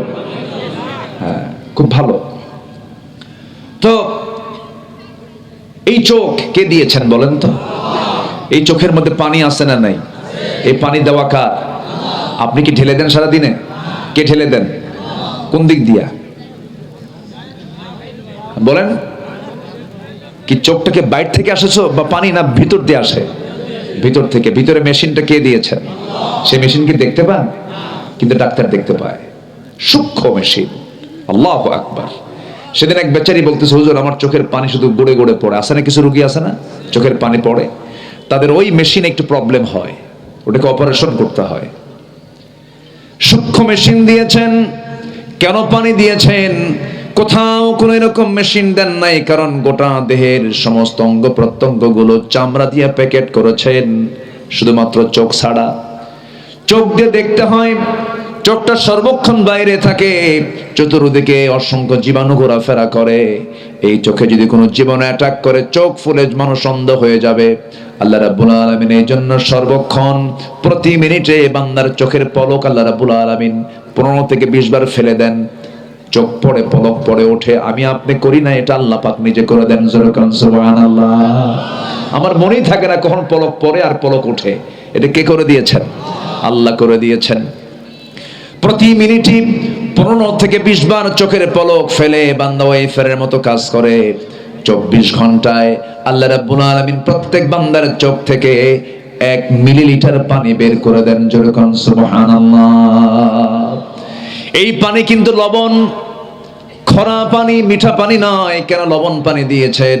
যেন জীবন অ্যাটাক না করে। রাতের বেলা ঘুমিয়ে পড়েছেন, চোখের পানি বন্ধ নাই, চোখের পানি গড়ে গড়ে পড়তেছে, কিন্তু চোখ বন্ধ থাকার কারণে সেই চোখের পানিটা সকাল বেলা হয়ে যায় সাদা সাদা, 2 পাশে সাদা সাদা।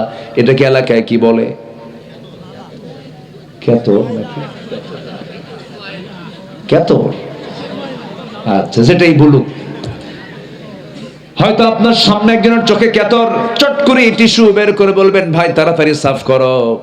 যদি আমরা এটাকে ময়লা ময়লা মনে করি, কিন্তু এই ময়লা যদি চোখে না থাকতো, মানুষের চোখ অন্ধ হয়ে যেত। আল্লাহ রাব্বুল আলামিন বান্দার চোখে 24 ঘন্টা মলমের বন্দোবস্ত করে দিয়েছেন। যেরকম সুবহানাল্লাহ। কে দিয়েছেন? কে দিয়েছেন? আল্লাহ দিয়েছেন। তাহলে এগুলো দিয়েছেন কি পরের বউ দেখার জন্য না নিজের বউ? নিজের বউ যার নাই তারা কারা দেখবেন? গার্লফ্রেন্ড। এখানে যুবকরা হাসে। গার্লফ্রেন্ড না, ধৈর্য ধরতে হবে, রোজা থাকতে হবে, তাকাবা না। বাপ মাকে বলবো, আব্বা বিয়ে দাও, চোখের নজর ঠিক থাকতেছে না, তাড়াতাড়ি বিয়ে দাও। হ্যাঁ, ও রাজি কম, মানে বয়স কম, এই জন্য রাজি হয় না। না, বাপ মাও কিছু দুষ্ট আছে, আছে না? আছে না এরকম? বিয়ে কিসের রে? আগে এক পায়ে দাঁড়ান শেখ। ও কি অন্যের পায়ে দাঁড়ায় আছে নাকি? নিজের পায়ে আগে দাঁড়া। ও কি অন্যের পায়ে দাঁড়া থাকে? বিয়ে করার জন্য ক্যারিয়ার শর্ত নয়, বিয়ে হচ্ছে ঈমানকে রক্ষা করার জন্য। ঠিক কিনা? বিয়ে করাও একটা ক্যারিয়ার, বিয়ে করাও কি ক্যারিয়ার। অ্যাবস্টেইন ফাইল, বহুল আলোচিত একটা ফাইল অ্যাবস্টেইন। মোসাদের গোয়েন্দা অ্যাবস্টেইন সে আইল্যান্ডে বিশাল একটা চক্র তৈরি করেছিল। গোটা পৃথিবী থেকে কচি কচি 10 বছর 11 বছর 9 বছরের শিশুগুলোকে ধরে এনে ওই আইল্যান্ডে রাখতে অ্যাবস্টেইন। আর পশ্চিমা যারা আমরা গণতন্ত্রের ঠিকাদার বলি যাদেরকে, বড় বড় গোটা পৃথিবীর যারা বিশ্বের মনোলেপনা করছে, যারা বড় বড় ধনী, এই সমস্ত ব্যক্তিদের হিস্টোরি তার মধ্যে ফুটে উঠেছে। তারা ওই আইল্যান্ডে অ্যাবস্টেইন ফাইলে তাদের নামগুলো আছে। তারা গিয়ে করতো কি, এই ছোট ছোট নারী শিশুদের ভ্রণগুলো, জরায়ু থেকে ভ্রণ বের করে এটাকে স্যুপ করে খেত, স্যুপ করে বোনা করে খেত। ছোট্ট ছোট বাচ্চাদেরকে তারা ধর্ষণ করে মেরে ফেলতো। ওদের কাছে আমাদের শেখার কিচ্ছু নেই।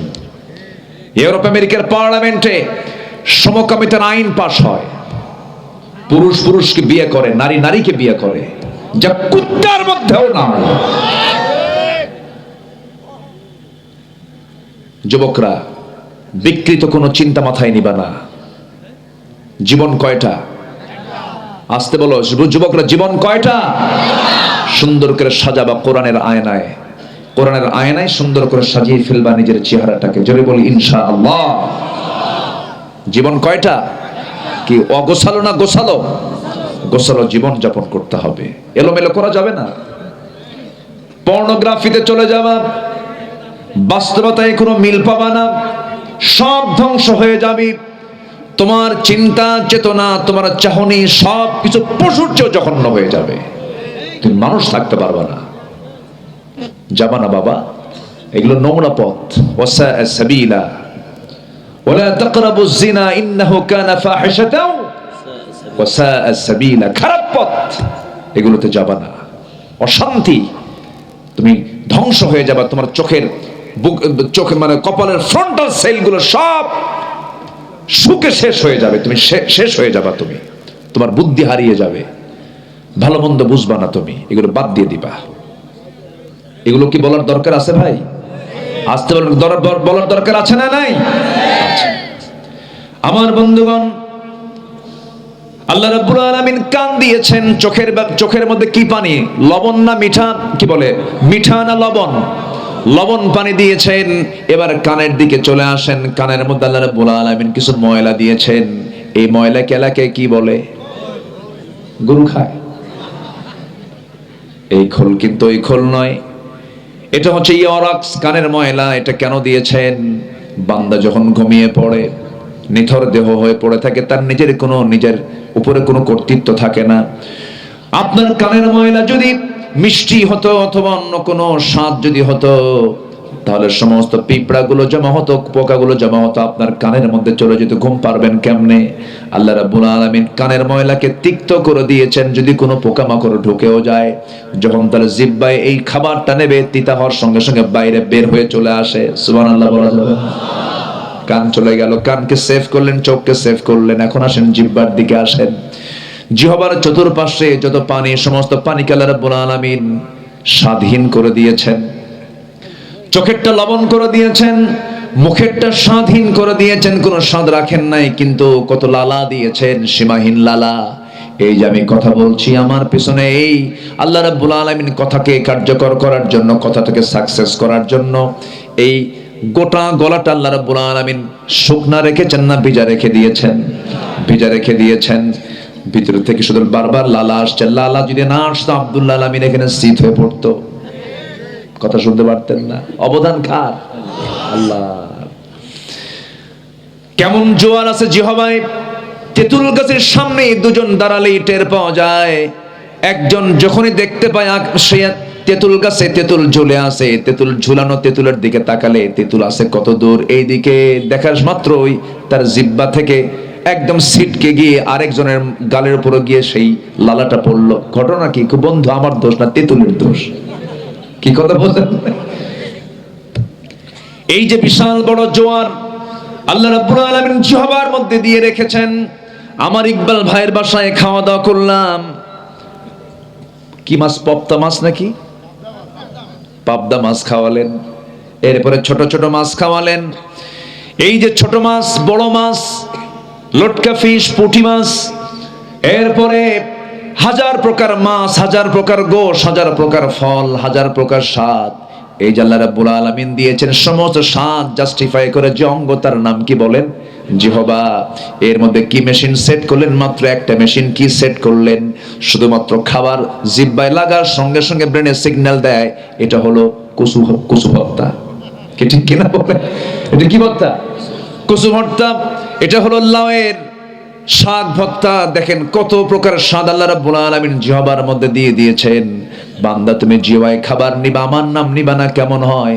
বিসমিল্লাহ বলো। শুরুতে মনে নাই, মাঝখানে বলো বিসমিল্লাহি আউয়ালাহু ওয়া আখিরাহু বলে ফেলো। তুমি যদি আমার শুকর আদায় করো, লাযিদান্নাকুম, সমস্ত নিয়ামতের দরজা আমি আল্লাহ বাড়ায় বাড়ায় দেব। আমাকে ভুলে যেও না, আমি তোমাকে এক সেকেন্ড ভুলি না। সব সময় আমি তোমাকে দেখি, সব অবজার্ভ করি, মাথা থেকে পা পর্যন্ত সব আমি দেখি। আমার বন্ধুগণ, দুটো কিডনি দিয়েছেন। কয়টা কিডনি বলেন? দুটো চোখ, একটা 100 কল আছে না? চলে না, চলে না, পৃথিবীতে চলতে পারে না। দুই চোখ দিয়েছেন কেন? হঠাৎ করে এক চোখ ওকে আর একটা চোখ নিয়ে থাক। কান দুইটা দিয়েছেন, চোখ দুইটা দিয়েছেন, কিডনি দুইটা দিয়েছেন। একটা দিলেও চলতো, এক কিডনি নিয়েও পৃথিবীতে মানুষ বাঁচে। দুটো কিডনি দিলেন।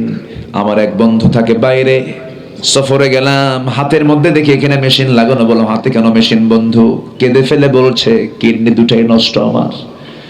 আমাকে বলছে, ভাই সপ্তাহে 4 দিন ডায়ালিসিস করার জন্য আমাকে হসপিটালে যেতে হয়। রক্ত ফাটালে, না ফাটালে পরে আমি বাঁচবো না, মরে যাব। দুটো কিডনি আমার অকেজো হয়ে গেছে বন্ধু। আমি আল্লাহর কাছে মাঝে মাঝে বলি, আল্লাহ আমার সব সম্পদ তুমি নিয়ে নাও, বিনিময়ে আমার দুটো কিডনি ফেরত দিয়ে দাও। আমার বন্ধুগণ, সেই কিডনির ওজন মাত্র 200 গ্রাম করে দিয়েছেন। 200, 400 গ্রাম মানুষের কিডনির ওজন। আপনার ওজন হলো 80 কেজি, এর মধ্যে 400 গ্রাম নিয়েছে কোন অঙ্গ বলেন? কিডনি নিয়েছে 400 গ্রাম। দেখেন কি সুন্দর করে, এত গুরুত্বপূর্ণ একটা অঙ্গ কিডনি। কিডনি ছাড়া মানুষ বাঁচবে না। কিডনি প্রতি সেকেন্ডে এই রক্তগুলো ছাকতেছে, সুন্দর করে সেকে সেকে এটাকে ক্লিন করে দিচ্ছে। সুবহানাল্লাহ বলবেন না? এই কিডনি বিকল্প হলো ডায়ালিসিস মেশিন।